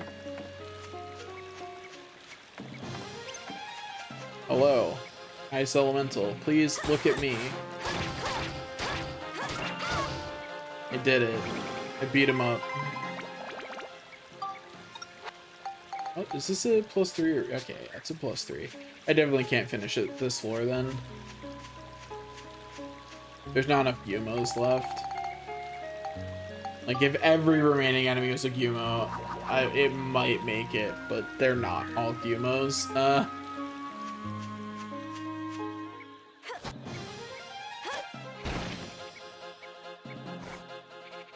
That is the worst thing. I honestly wish Monika didn't have anything, just so that way I could transition right into the ride pod.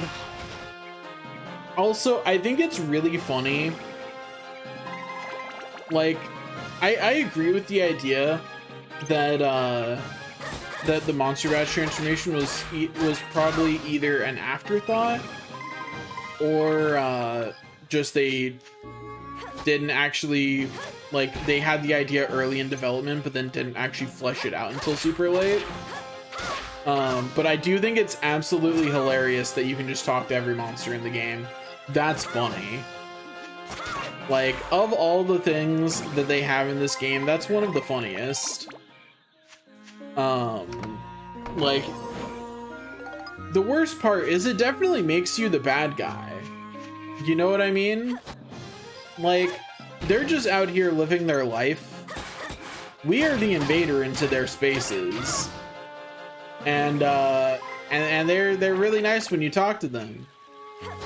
Until you turn back into a human and stab them in the face. You know, it's like I think we're the bad guy.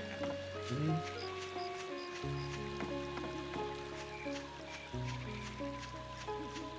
Like, it's not like some. I think the funniest thing is that the heroes don't question it. Like, it's just the game doesn't acknowledge the fact that all of these monsters are sentient enough that you can have full conversations with them, and then you just kill them. Like, what? How is that okay? That doesn't feel like it should be okay. I feel like these monsters are sentient and I'm probably committing some kind of murder.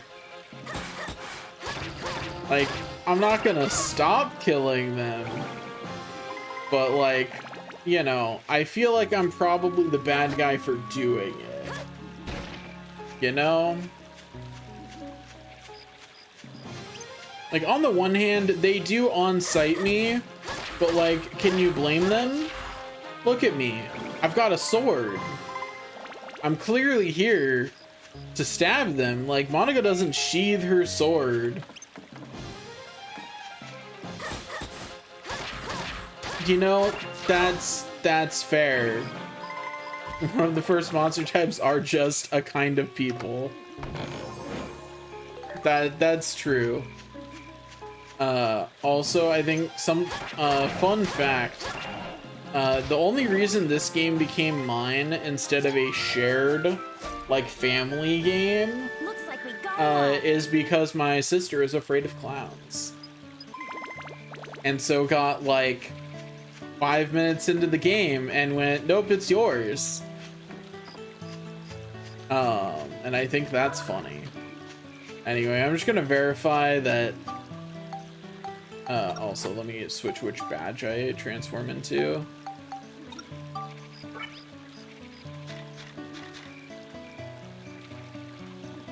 Okay, I'm just gonna verify that this isn't close enough to the wall for me to do any shenanigans. Oh, I forgot to switch to max before I equipped that.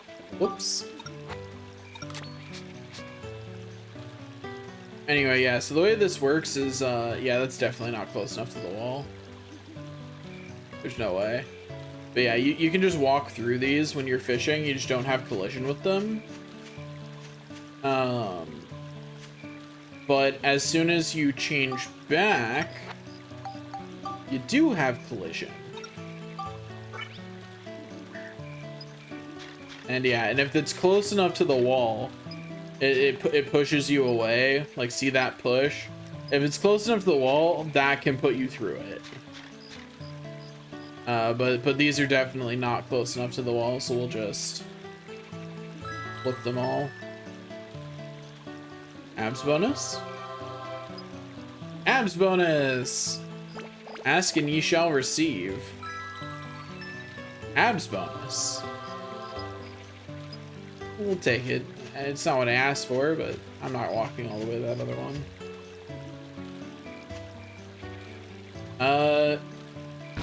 That's a great question. And I don't know the answer to it. I imagine they don't push you directly away from them. They push you away at an angle, which I'm guessing is probably explicitly for that reason. So that way, if you did get between them, you wouldn't, if you did get unlucky enough to have two appear like that and then got between them, you wouldn't just get stuck there forever. But on the other hand, then if they appear at an angle, but you know, that's probably less likely for them to. Actually, I don't think they probably can't appear at that slight angle.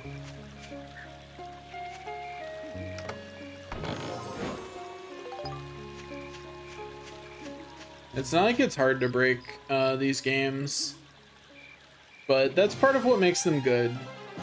I miss when games were more breakable in the fun ways. Like, I feel like games are still very breakable, but it's not in the fun ways anymore. It's in the whole game crashes kind of way, you know? Not in the, oh, look at this, my weapon does infinity damage because I did some weird broken glitch, you know? I mean, that's fair. I kind of expect that from Larian Studios, though. But, yeah.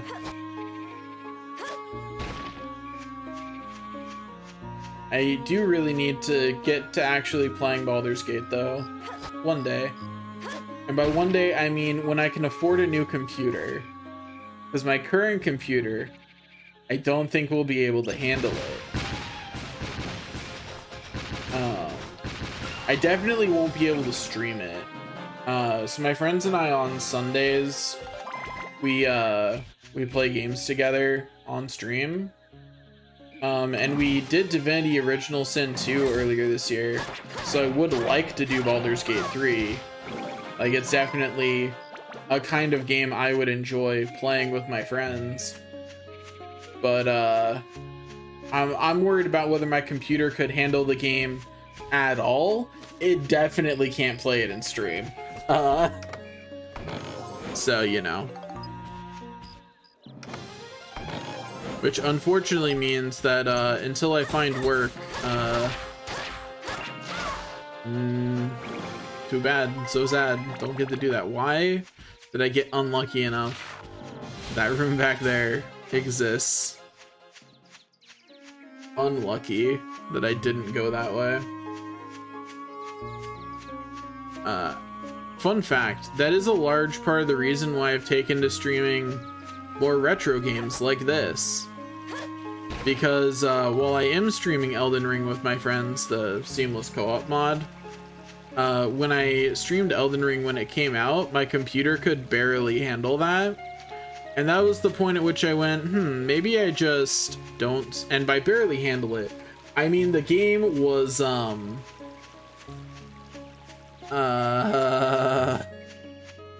not great. Frames were inconsistent, to say the least. Also, I think that's in a really funny place. I think I can definitely use that to get through something. I just don't think it'll be something helpful. It'll be funny though, so I'll do it. Oops, I did not mean to switch off with Monica. That was just me pushing too hard on my controller.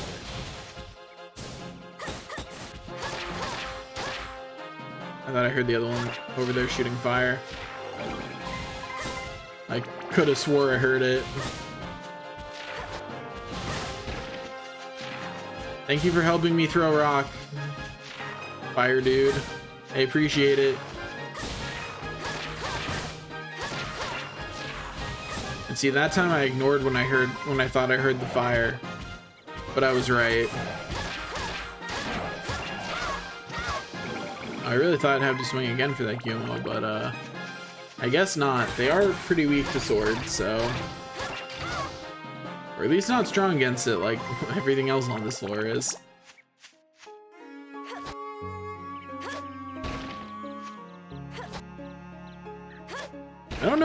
I don't actually know what happens if you phase into the pawns on this floor, but we're gonna find out.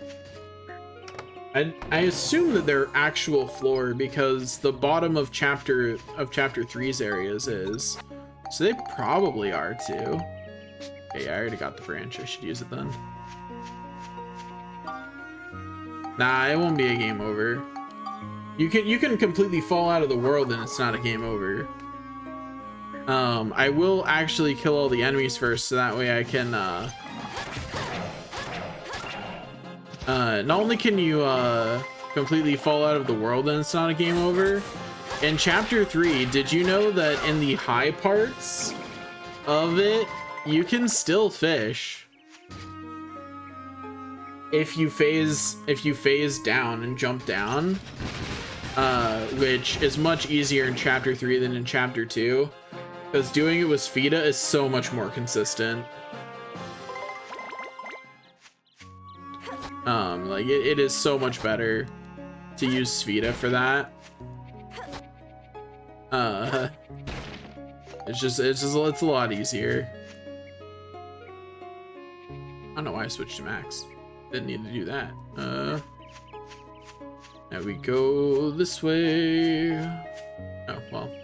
It's because I knew that what was coming next was not something I wanted to hit with a sword. I don't know how I knew, but I did. Some deep part of my soul whispered, "Look out. There's a jerk riding a robot up ahead. Get in your robot." Ow. Also, I gotta say, for how much I like games about fighting and giant robots, I have not played enough of them. Like, one of my favorite games as a kid was Goemon and the Mysterious Ninja for the N64, and the only reason that was one of my favorite games was because of the giant robot section. Loved that. And I think it's really funny that I really like that. I had a copy of Armored Core 4 and I really liked that. I played Custom Robo and I really liked that. I played this, it has a ride pod, I really liked that. And yet I never really branched out into getting like Gundam games or the rest of the Armored Core series, or like every time a giant robot showed up in a game, I was like, yes, a giant robot. And then I never sought them out. I never sought them out separately. I was just happy whenever they appeared. You know, it's like, it's one of those things I look back on and I'm like, that's kind of weird. I never did that. Also, that grouping of enemies on my map. Why? Why are you like this?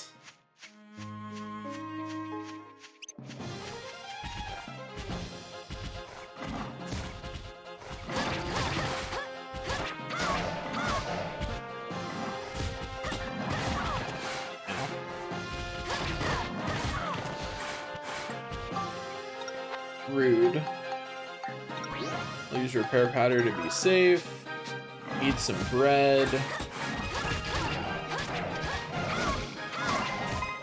Easy. And there's Cliff Knife level 5, which means that I am completely fine with building it up to a chopper. I don't know why it's turning into a reindeer though. Oh, it didn't. That's not chopper. Anyway, my silly jokes aside,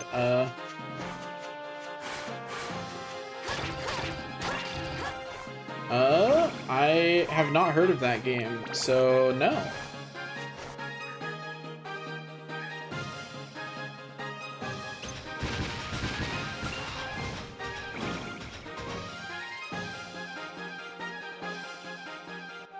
We did it!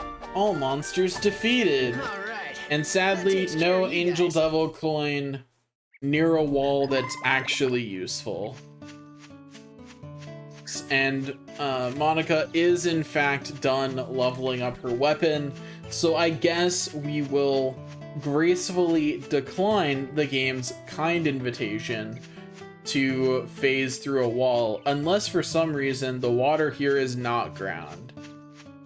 If the water here is not ground, then we're in business. I actually don't know if you can phase through a tree. Also, this is really close. I'm not sure which way I'm gonna get bounced out. We're gonna find out. Like, we're definitely going to do some science. I don't know if it's gonna be good science, but science will be done.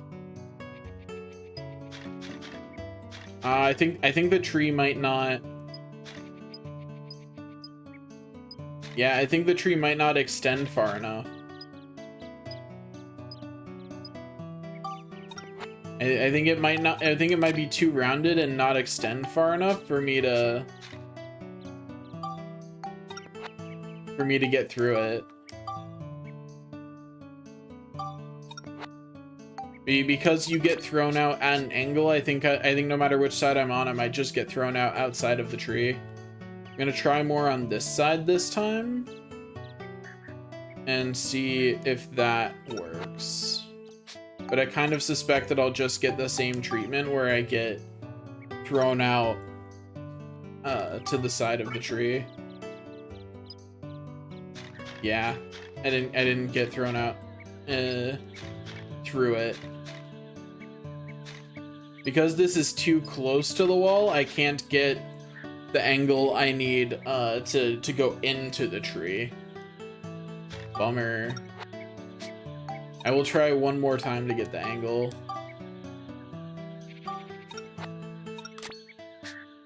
Also, in case you're wondering, the glitch for equipping anything on your fishing hook is you do this, then you pick literally anything else up, you hit circle, and it gets confused about where that item should go.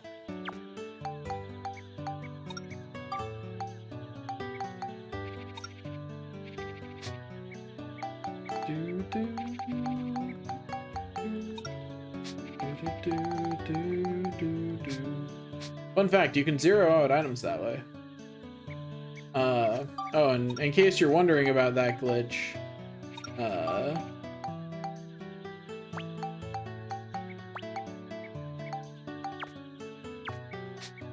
it doesn't show on your fishing hook.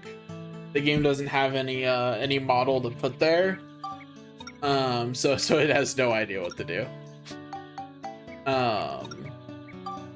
But yeah, you can either return an item to default stats if you remove bait properly, or if you put something else on the fishing hook to bump it off, it freaks out and the item now has nothing. 0 stats, can't use it for anything. Which is kind of funny. No use though, it doesn't do anything. And any weapon that you do that with doesn't do damage. But it is funny, so there's that.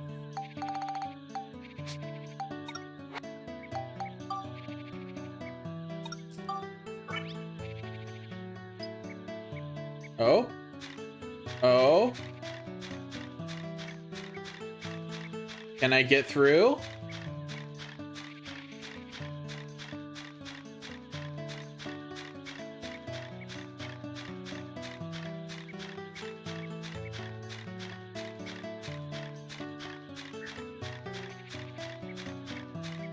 Can I get through, or am I just stuck in the tree?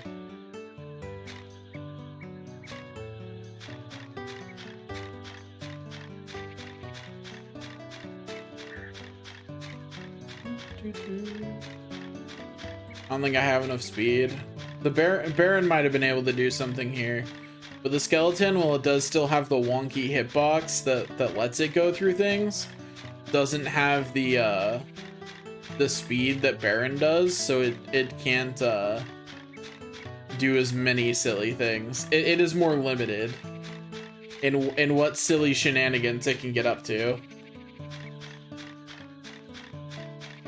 Like, it's just got a wonky hitbox. The Baron can climb trees. You know, they're not the same. But yeah, it looks like I'm just stuck here. Times we swap to the ride pod now? Good question. We probably just get bumped out of the whole thing. Oh no, we remain stuck in it. Interesting.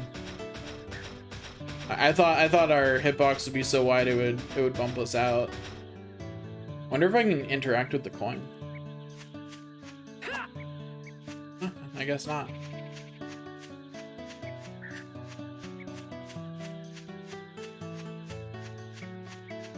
It's always funny how you glitch around things in these scenarios.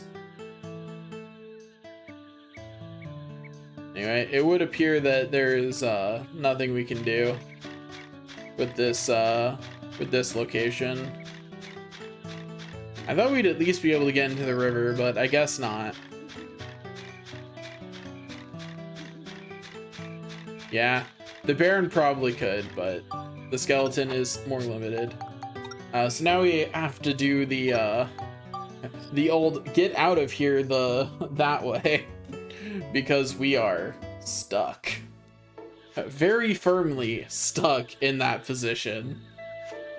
Okay.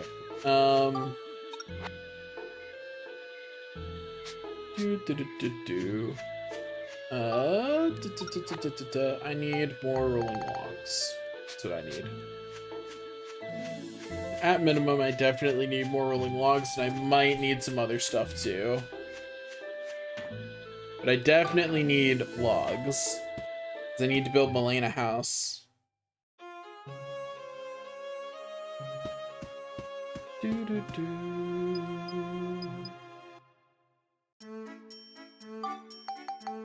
I also need a fence. Let me get like 40? That should be enough. I always want to run back manually from the train, and it is always the wrong answer. You know? It's never correct.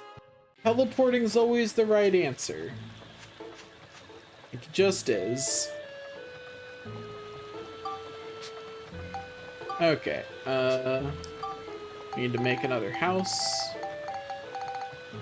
Wooden house. Then we place this. What's the most cursed place we can put it here? I think right here, but facing this. That's probably the most cursed.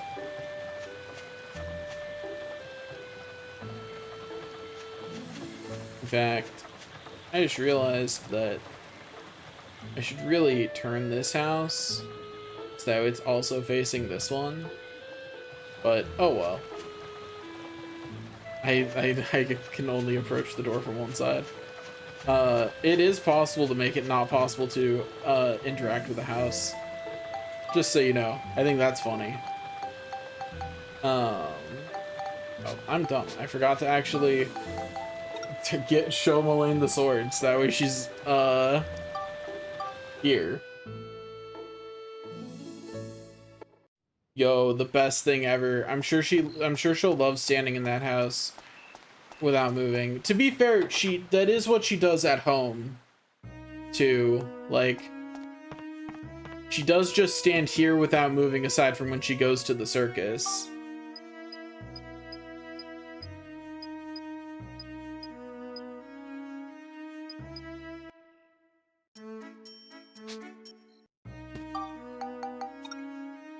Okay,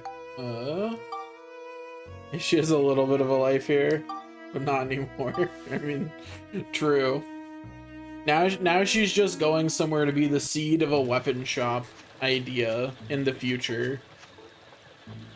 Also, I gotta say, the fact that you only time travel 100 years each way is the most BS thing ever. You know what I mean? Like, it should be more. None of these things are happening in 100 years.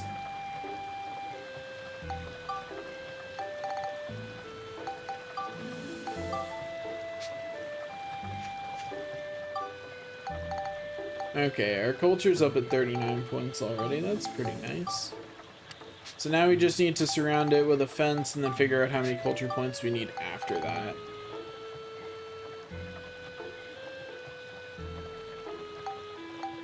I mean, yeah, there's a good chance everyone's related. There's only like 100 people left in this world or something. Like there's just the village. That's it.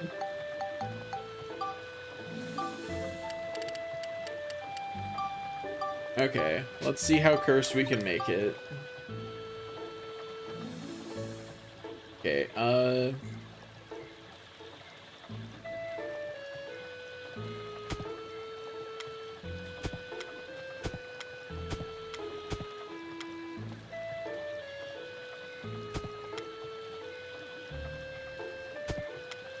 I will say the Fervent's House does make it really easy to make it cursed.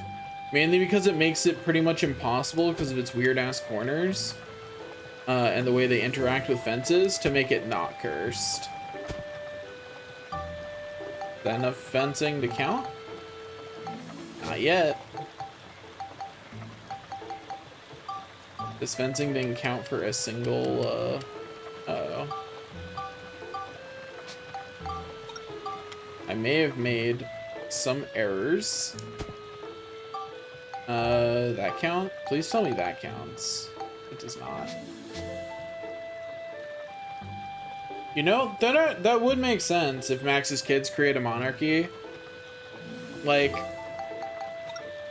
and you know, Max and Monica is clearly the main ship of the game, so it even makes sense because Monica's a princess. Like, it makes complete sense that Monica's kids would be royals who would create the royal line that then creates the royal line. They're just playing Crusader Kings. They're just playing Crusader Kings 2 and using time travel to make good progeny. That's all that's happening here.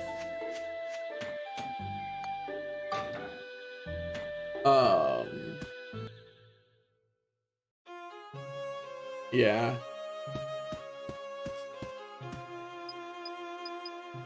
Do, do, do, do, do. 18 should be enough. The worst part about not grinding in this game is going around everywhere and being poor. Like, throughout the whole game, you're like, every time I make money, I also, once again, I left the train manually. I did not need to do that.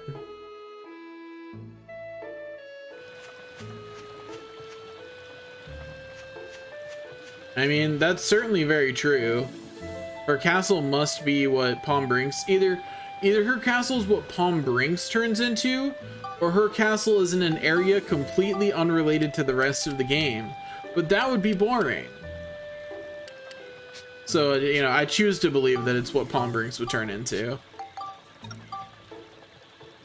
Okay, let's see how much more cursed we can make this fence.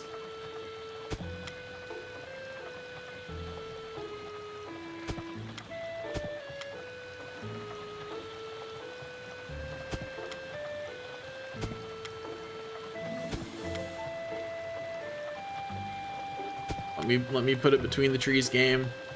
No, why? I just want to snake it between the trees. What's so wrong with that?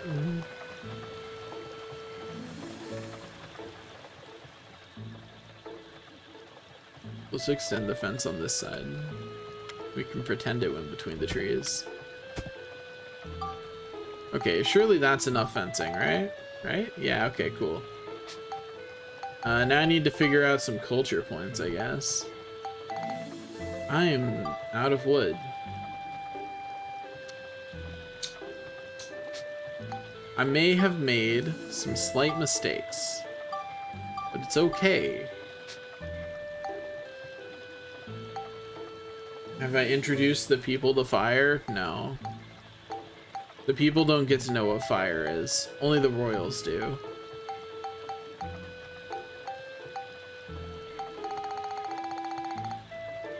But other than my silly joke, I don't actually know what you mean.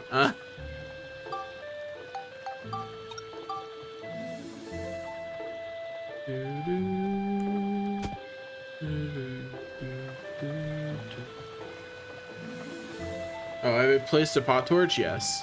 I do have a pot torch. And I have, in fact, taken a picture of it.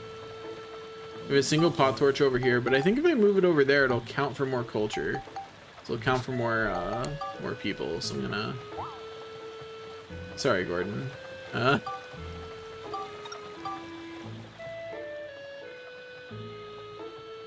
think if I put it, like, right in between their houses... Yeah, you get to count it more than once. I don't think the water wheel is counting at all right now.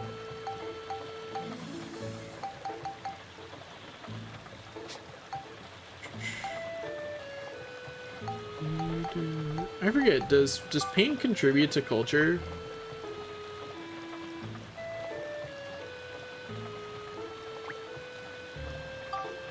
Someone's getting a red house just because I can. It does not. Well, I scienced. Can I make anything else? I guess I can pick up the water wheel. Like, I took the picture of it. I don't need it anymore.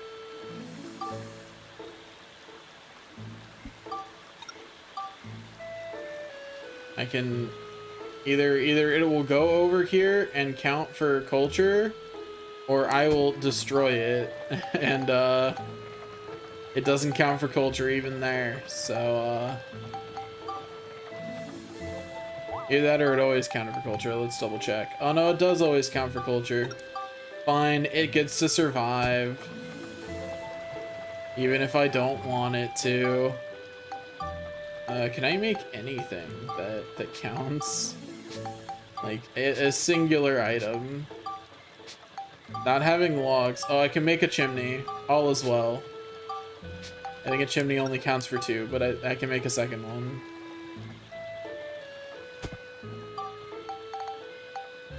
Oh no, it gave me 4. Honestly, more than I expected a chimney to give. There's been a change in the future. You're right, there has been. That's true. There have been many changes in the future, actually. I have completely repaired it.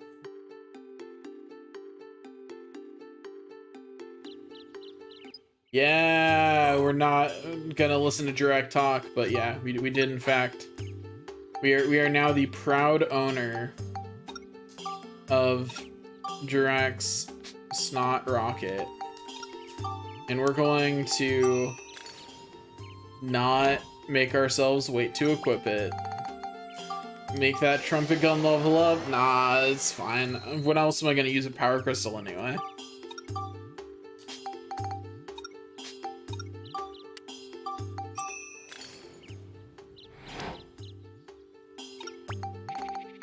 Okay, this time for sure. This time it'll be for sure enough. I believe. Yeah, there we go. It's a bell trigger now. Now we just gotta go show that to dear old dad and then we're good. Then we can equip Jurak's gun. And be happy that we've recruited everyone we can at this point. Without grinding a ton of money anyway. Technically Donnie's recruitable right now, but and by everyone we can at this point, I mean, let me go grab the gold paint for Parn.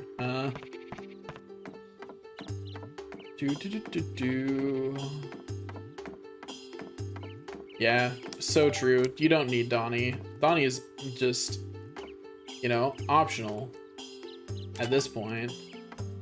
For all we care. Alright, there's Herm Jurak and find the golden egg.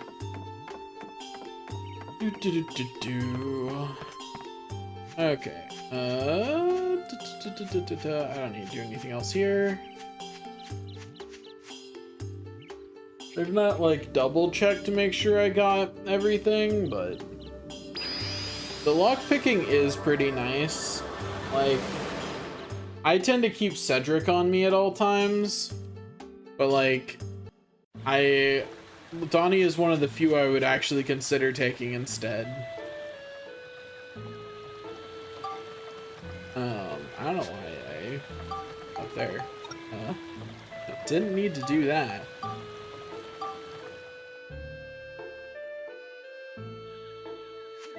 I don't know why I selected Sydney Station. I'm gonna say have it. Anyway, so we will go and recruit Max's dad and Parn. Both in this direction. And then the only other person we can even recruit this chapter is Claire. Oh wait, I think I forgot to finish Gina's quest. I definitely forgot to find her the second time. Oops. I don't have the photo for Claire yet. I have all the ingredients needed to make the photo, but I've not actually gone and made the Lafresha flower yet. However you say it. Yeah, I just forgot. Like, 100% just forgot I was playing hide and seek with her. Slipped my mind, you know? Oops.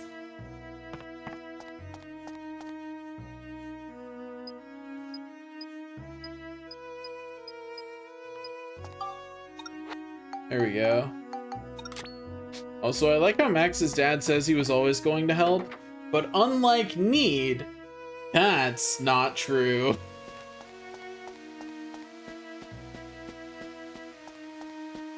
Like, Need was always going to help. All you do by helping him is speed him up by a lot, but he was always on his way. But Max's dad, nah, he was gonna wait. Also, I always call her Gina, but I don't think that's her name. Oh well. Maybe it is. I don't know.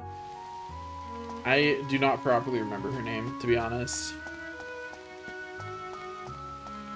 All the side characters in this kind of meld together if they're not actually required for the story, or don't have a name that feels more memorable to me.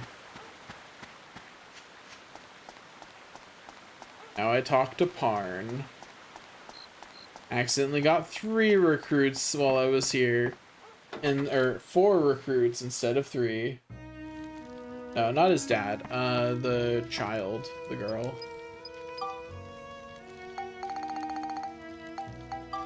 The hide and seek kid. Why is this not skippable? Yeah, her name is Corrine, not... For some reason, I was thinking your name was Gina. I don't know where I got that.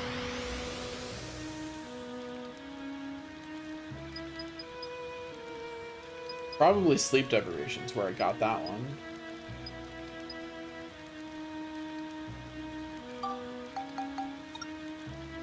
Okay, there we go.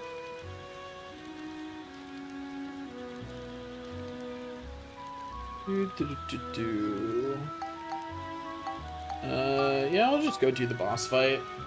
It's easy. The words said before unfortunate events. Yeah, his dad's name is Gerard or something. I don't know. Does the notebook say what their names are?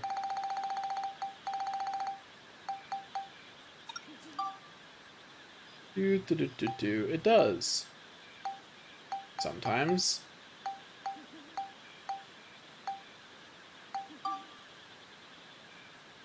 Yeah, the dad one doesn't say his name. What kind of perfect save file am I going for? Every unique weapon, including using the name change ticket to get the ones that you can't actually get, like, Ruler's Sword, whatever it's called. I think it's Ruler's Sword. So that, have every outfit, have a maxed out of every weapon type. So like for Max's guns, have a maxed out, have the best grenade launcher, have the best machine gun, have the best magic gun, so on. And for the wrenches, just have the best wrench and have the best hammer, and then max them out. Have 20 crunchy bread in your inventory. The crunchy bread is uneaten. Any other unique items get the same treatment. At least unique items that can be preserved. You know, the sun drop and Lefresha seed and other key items that you have to expend, notwithstanding.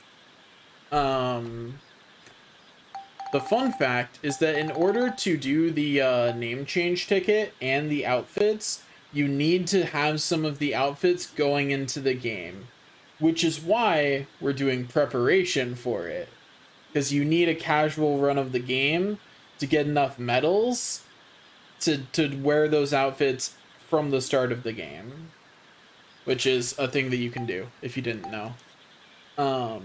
So that way you have to spend less medals, so that way you can afford the name change tickets, because otherwise you can't get all the outfits, or you can't get enough name change tickets. It's been a while since I looked at the math for that, because I originally I mean, there's 107 medals available pre-Lin, I'm aware. But they're also it's also largely really obnoxious to get medals early. So I'm not going too far out of my way for it. Medals definitely get less obnoxious to get the later in the game you are. I also don't know how far into the game I have to go to get the ability to start to change Monika's outfit at the beginning, because I need to be able to change both of them. And I don't have that ability yet, and I have a save file in Chapter 3. But if I start a new game, it does not let me select Monika's outfit yet. Which I know is a thing, because I've done it before. Cool, so that's the goal then. I have to get to Chapter 7. So, I'll get however many medals I need to in Chapter 7. I won't worry about it until then. Because I believe you can invent... You can invent one of the pieces of Monika's thing. I forget whether it's the head or the feet, but you get it another way, I think, through invention. I have honestly forgotten, because I planned out this route like 2 years ago now.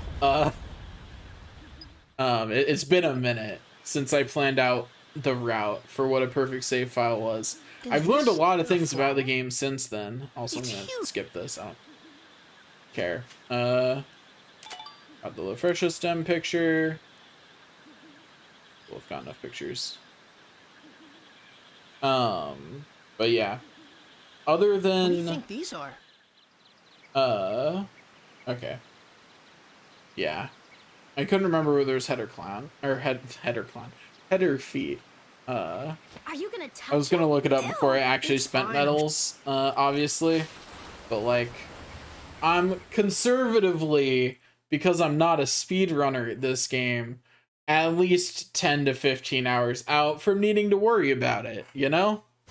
I still love that Max face plants there, and you can't skip the scene before he face plants. That's the best part. You have to watch that. That's required.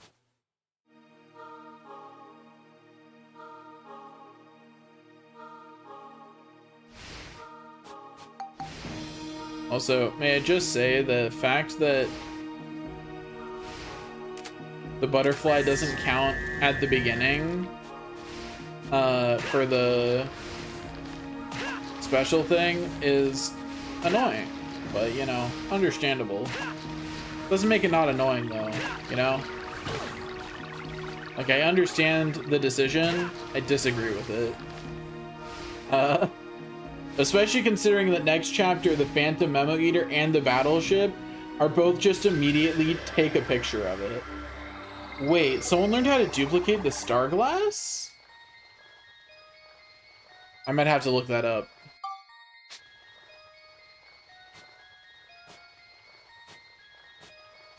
I mean, I'm not gonna worry too much about those kinds of exploits until I won't find it. That's fair. A lot of random glitches for this game are really hard to find. Okay, I was walking too fast apparently.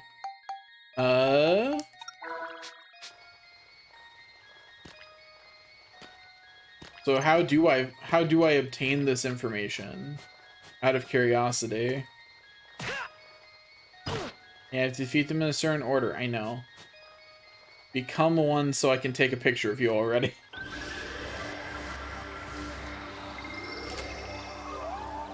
There we go. I see. Maybe it'll happen at some point.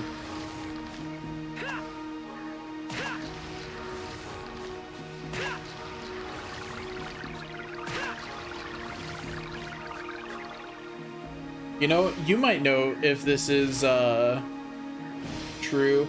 Can you combine the use anything as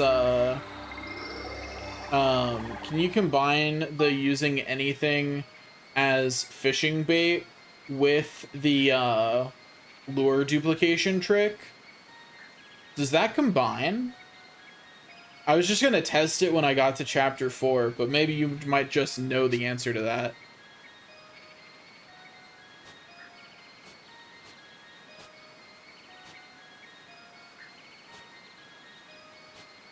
Because if those things combine, that's just an any item dupe. I'm dumb.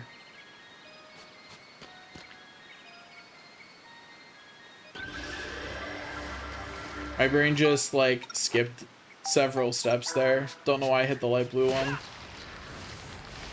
I'll just test it in chapter 4 then.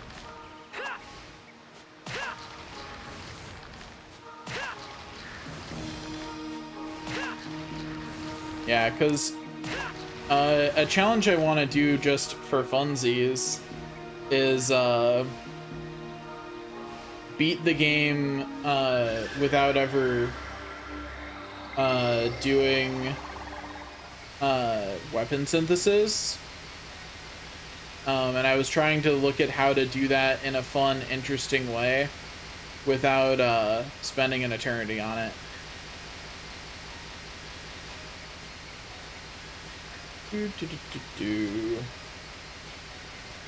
Obviously, if weapon synthesis is banned, you're not allowed to...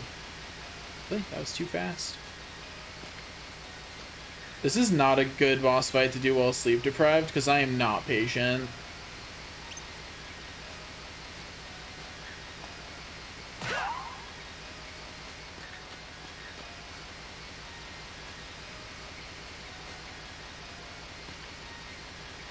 Yeah, I thought about just doing name change ticket.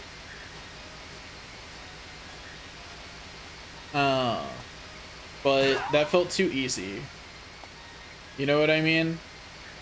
The only name change ticket I was planning on letting myself use was one for the 5-star armlet.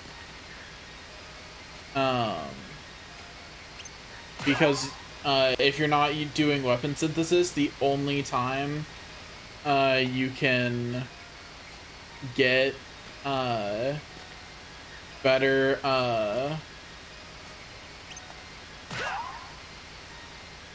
grenade launchers do what?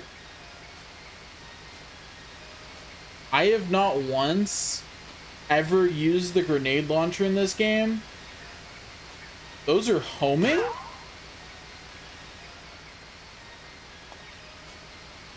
I did not know that.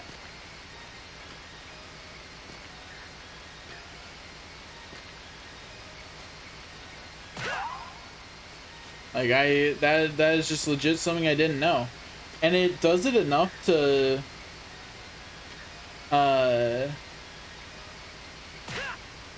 actually work, because I know the ride pod ones miss. Because I've tried that before. Or at least they missed when I tried it. Bye bye, Holly. They'll do 90-degree turns. Dang. That's bonkers. I did not know that. That certainly makes them better than I thought they were. I've always just gone the supernova route. I think I once tried the machine gun route and I was like, this is bad. And then I always, every playthrough since, I've kept a supernova. That's part of the reason I want to do a perfect save file. I would have one of every weapon maxed out if it was possible to collect that many things in this game. But alas, I'm constrained by my inventory size. And it can't hold them. I did the math.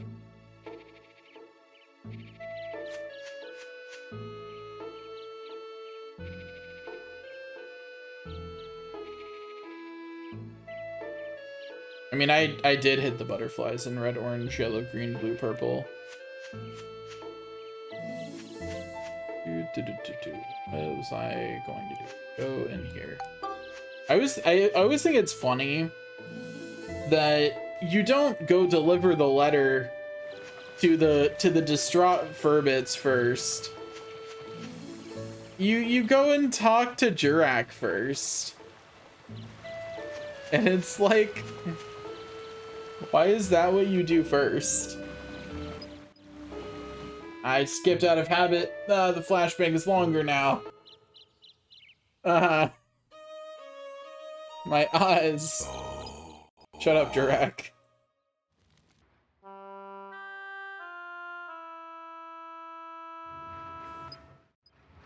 Anyway, now the Furbits all get sad. Just about then, Borneo and the others. What do you mean, what letter?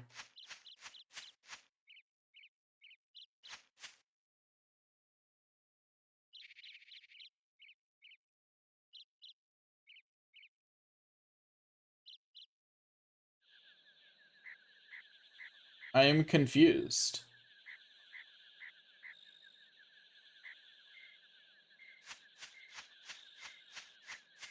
Is that, what do you mean fail the fight? Is that not just how you're supposed to do that fight?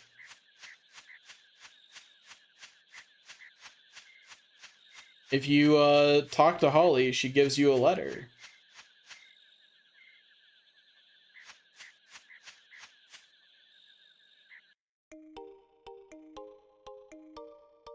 Yeah. As far as as far as I'm aware, that's just the normal way to progress the game. You get the letter from her, then you talk to Jurak, and then the dwarves take the letter. The letter is in your inventory for like less than 30 minutes of game time. And there's absolutely no way to keep it. Although I guess you could theoretically dupe it. Probably. I mean, you can dupe the star glass. I'm sure there's also an equally bonky way to dupe the letter if you really want to.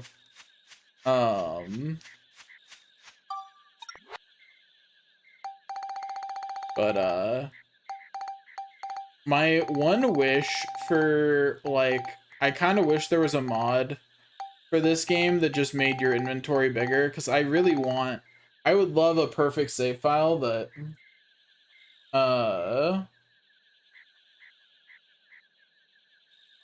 like, I would love a perfect save file that let me get everything.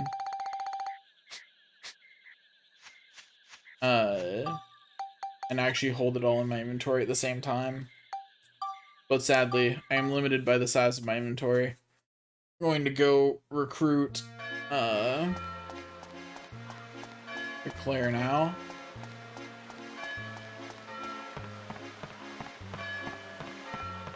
I could be diagonal running. I could be.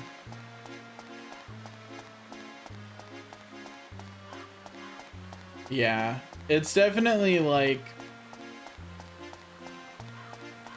I really wish that the inventory was bigger, because I would do more with a quote unquote perfect save file if I had the space to put things there. But like, you don't.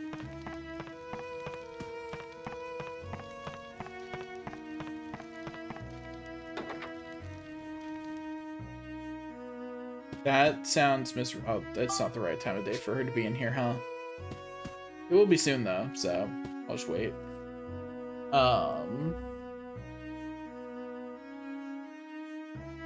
Yeah, she is. Isn't it based on, it's based on time of day though, right? She should get bumped back to here at night. And it's close enough. By the time I ran to wherever she would be be forced back here by nighttime.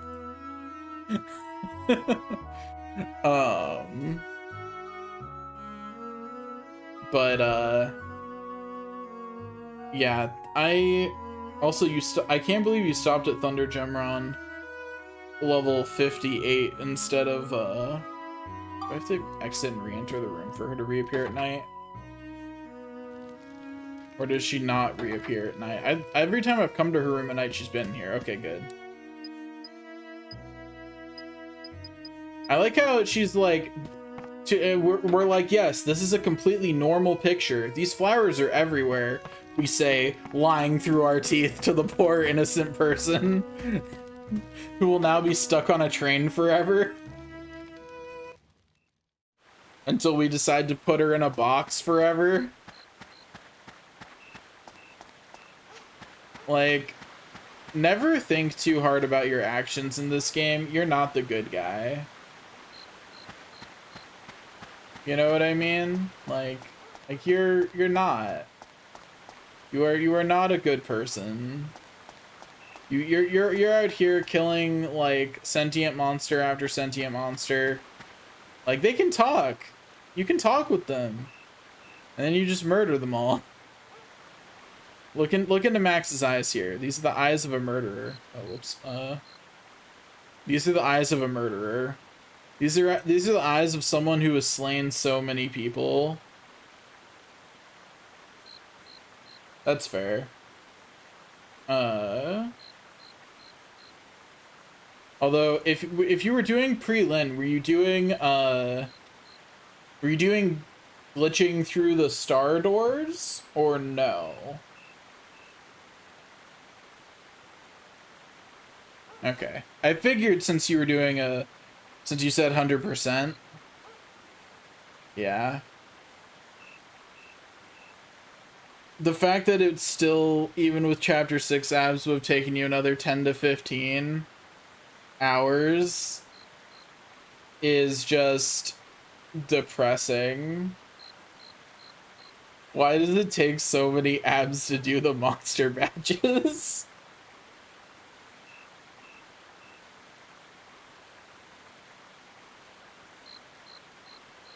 You have more resilience than me. On my attempt to beat the game without using weapon synthesis, I made it to chapter 2 before I started asking the question, can I get through this wall?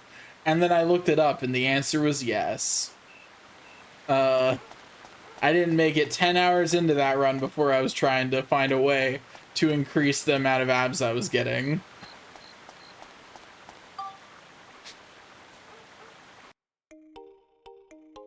Yeah, it's a big difference.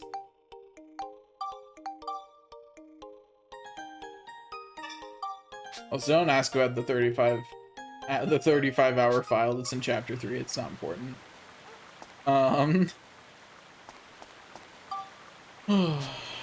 Okay, is anyone else streaming Dark Cloud 2 right now? Because I am sleep deprived and I should go make an attempt to sleep.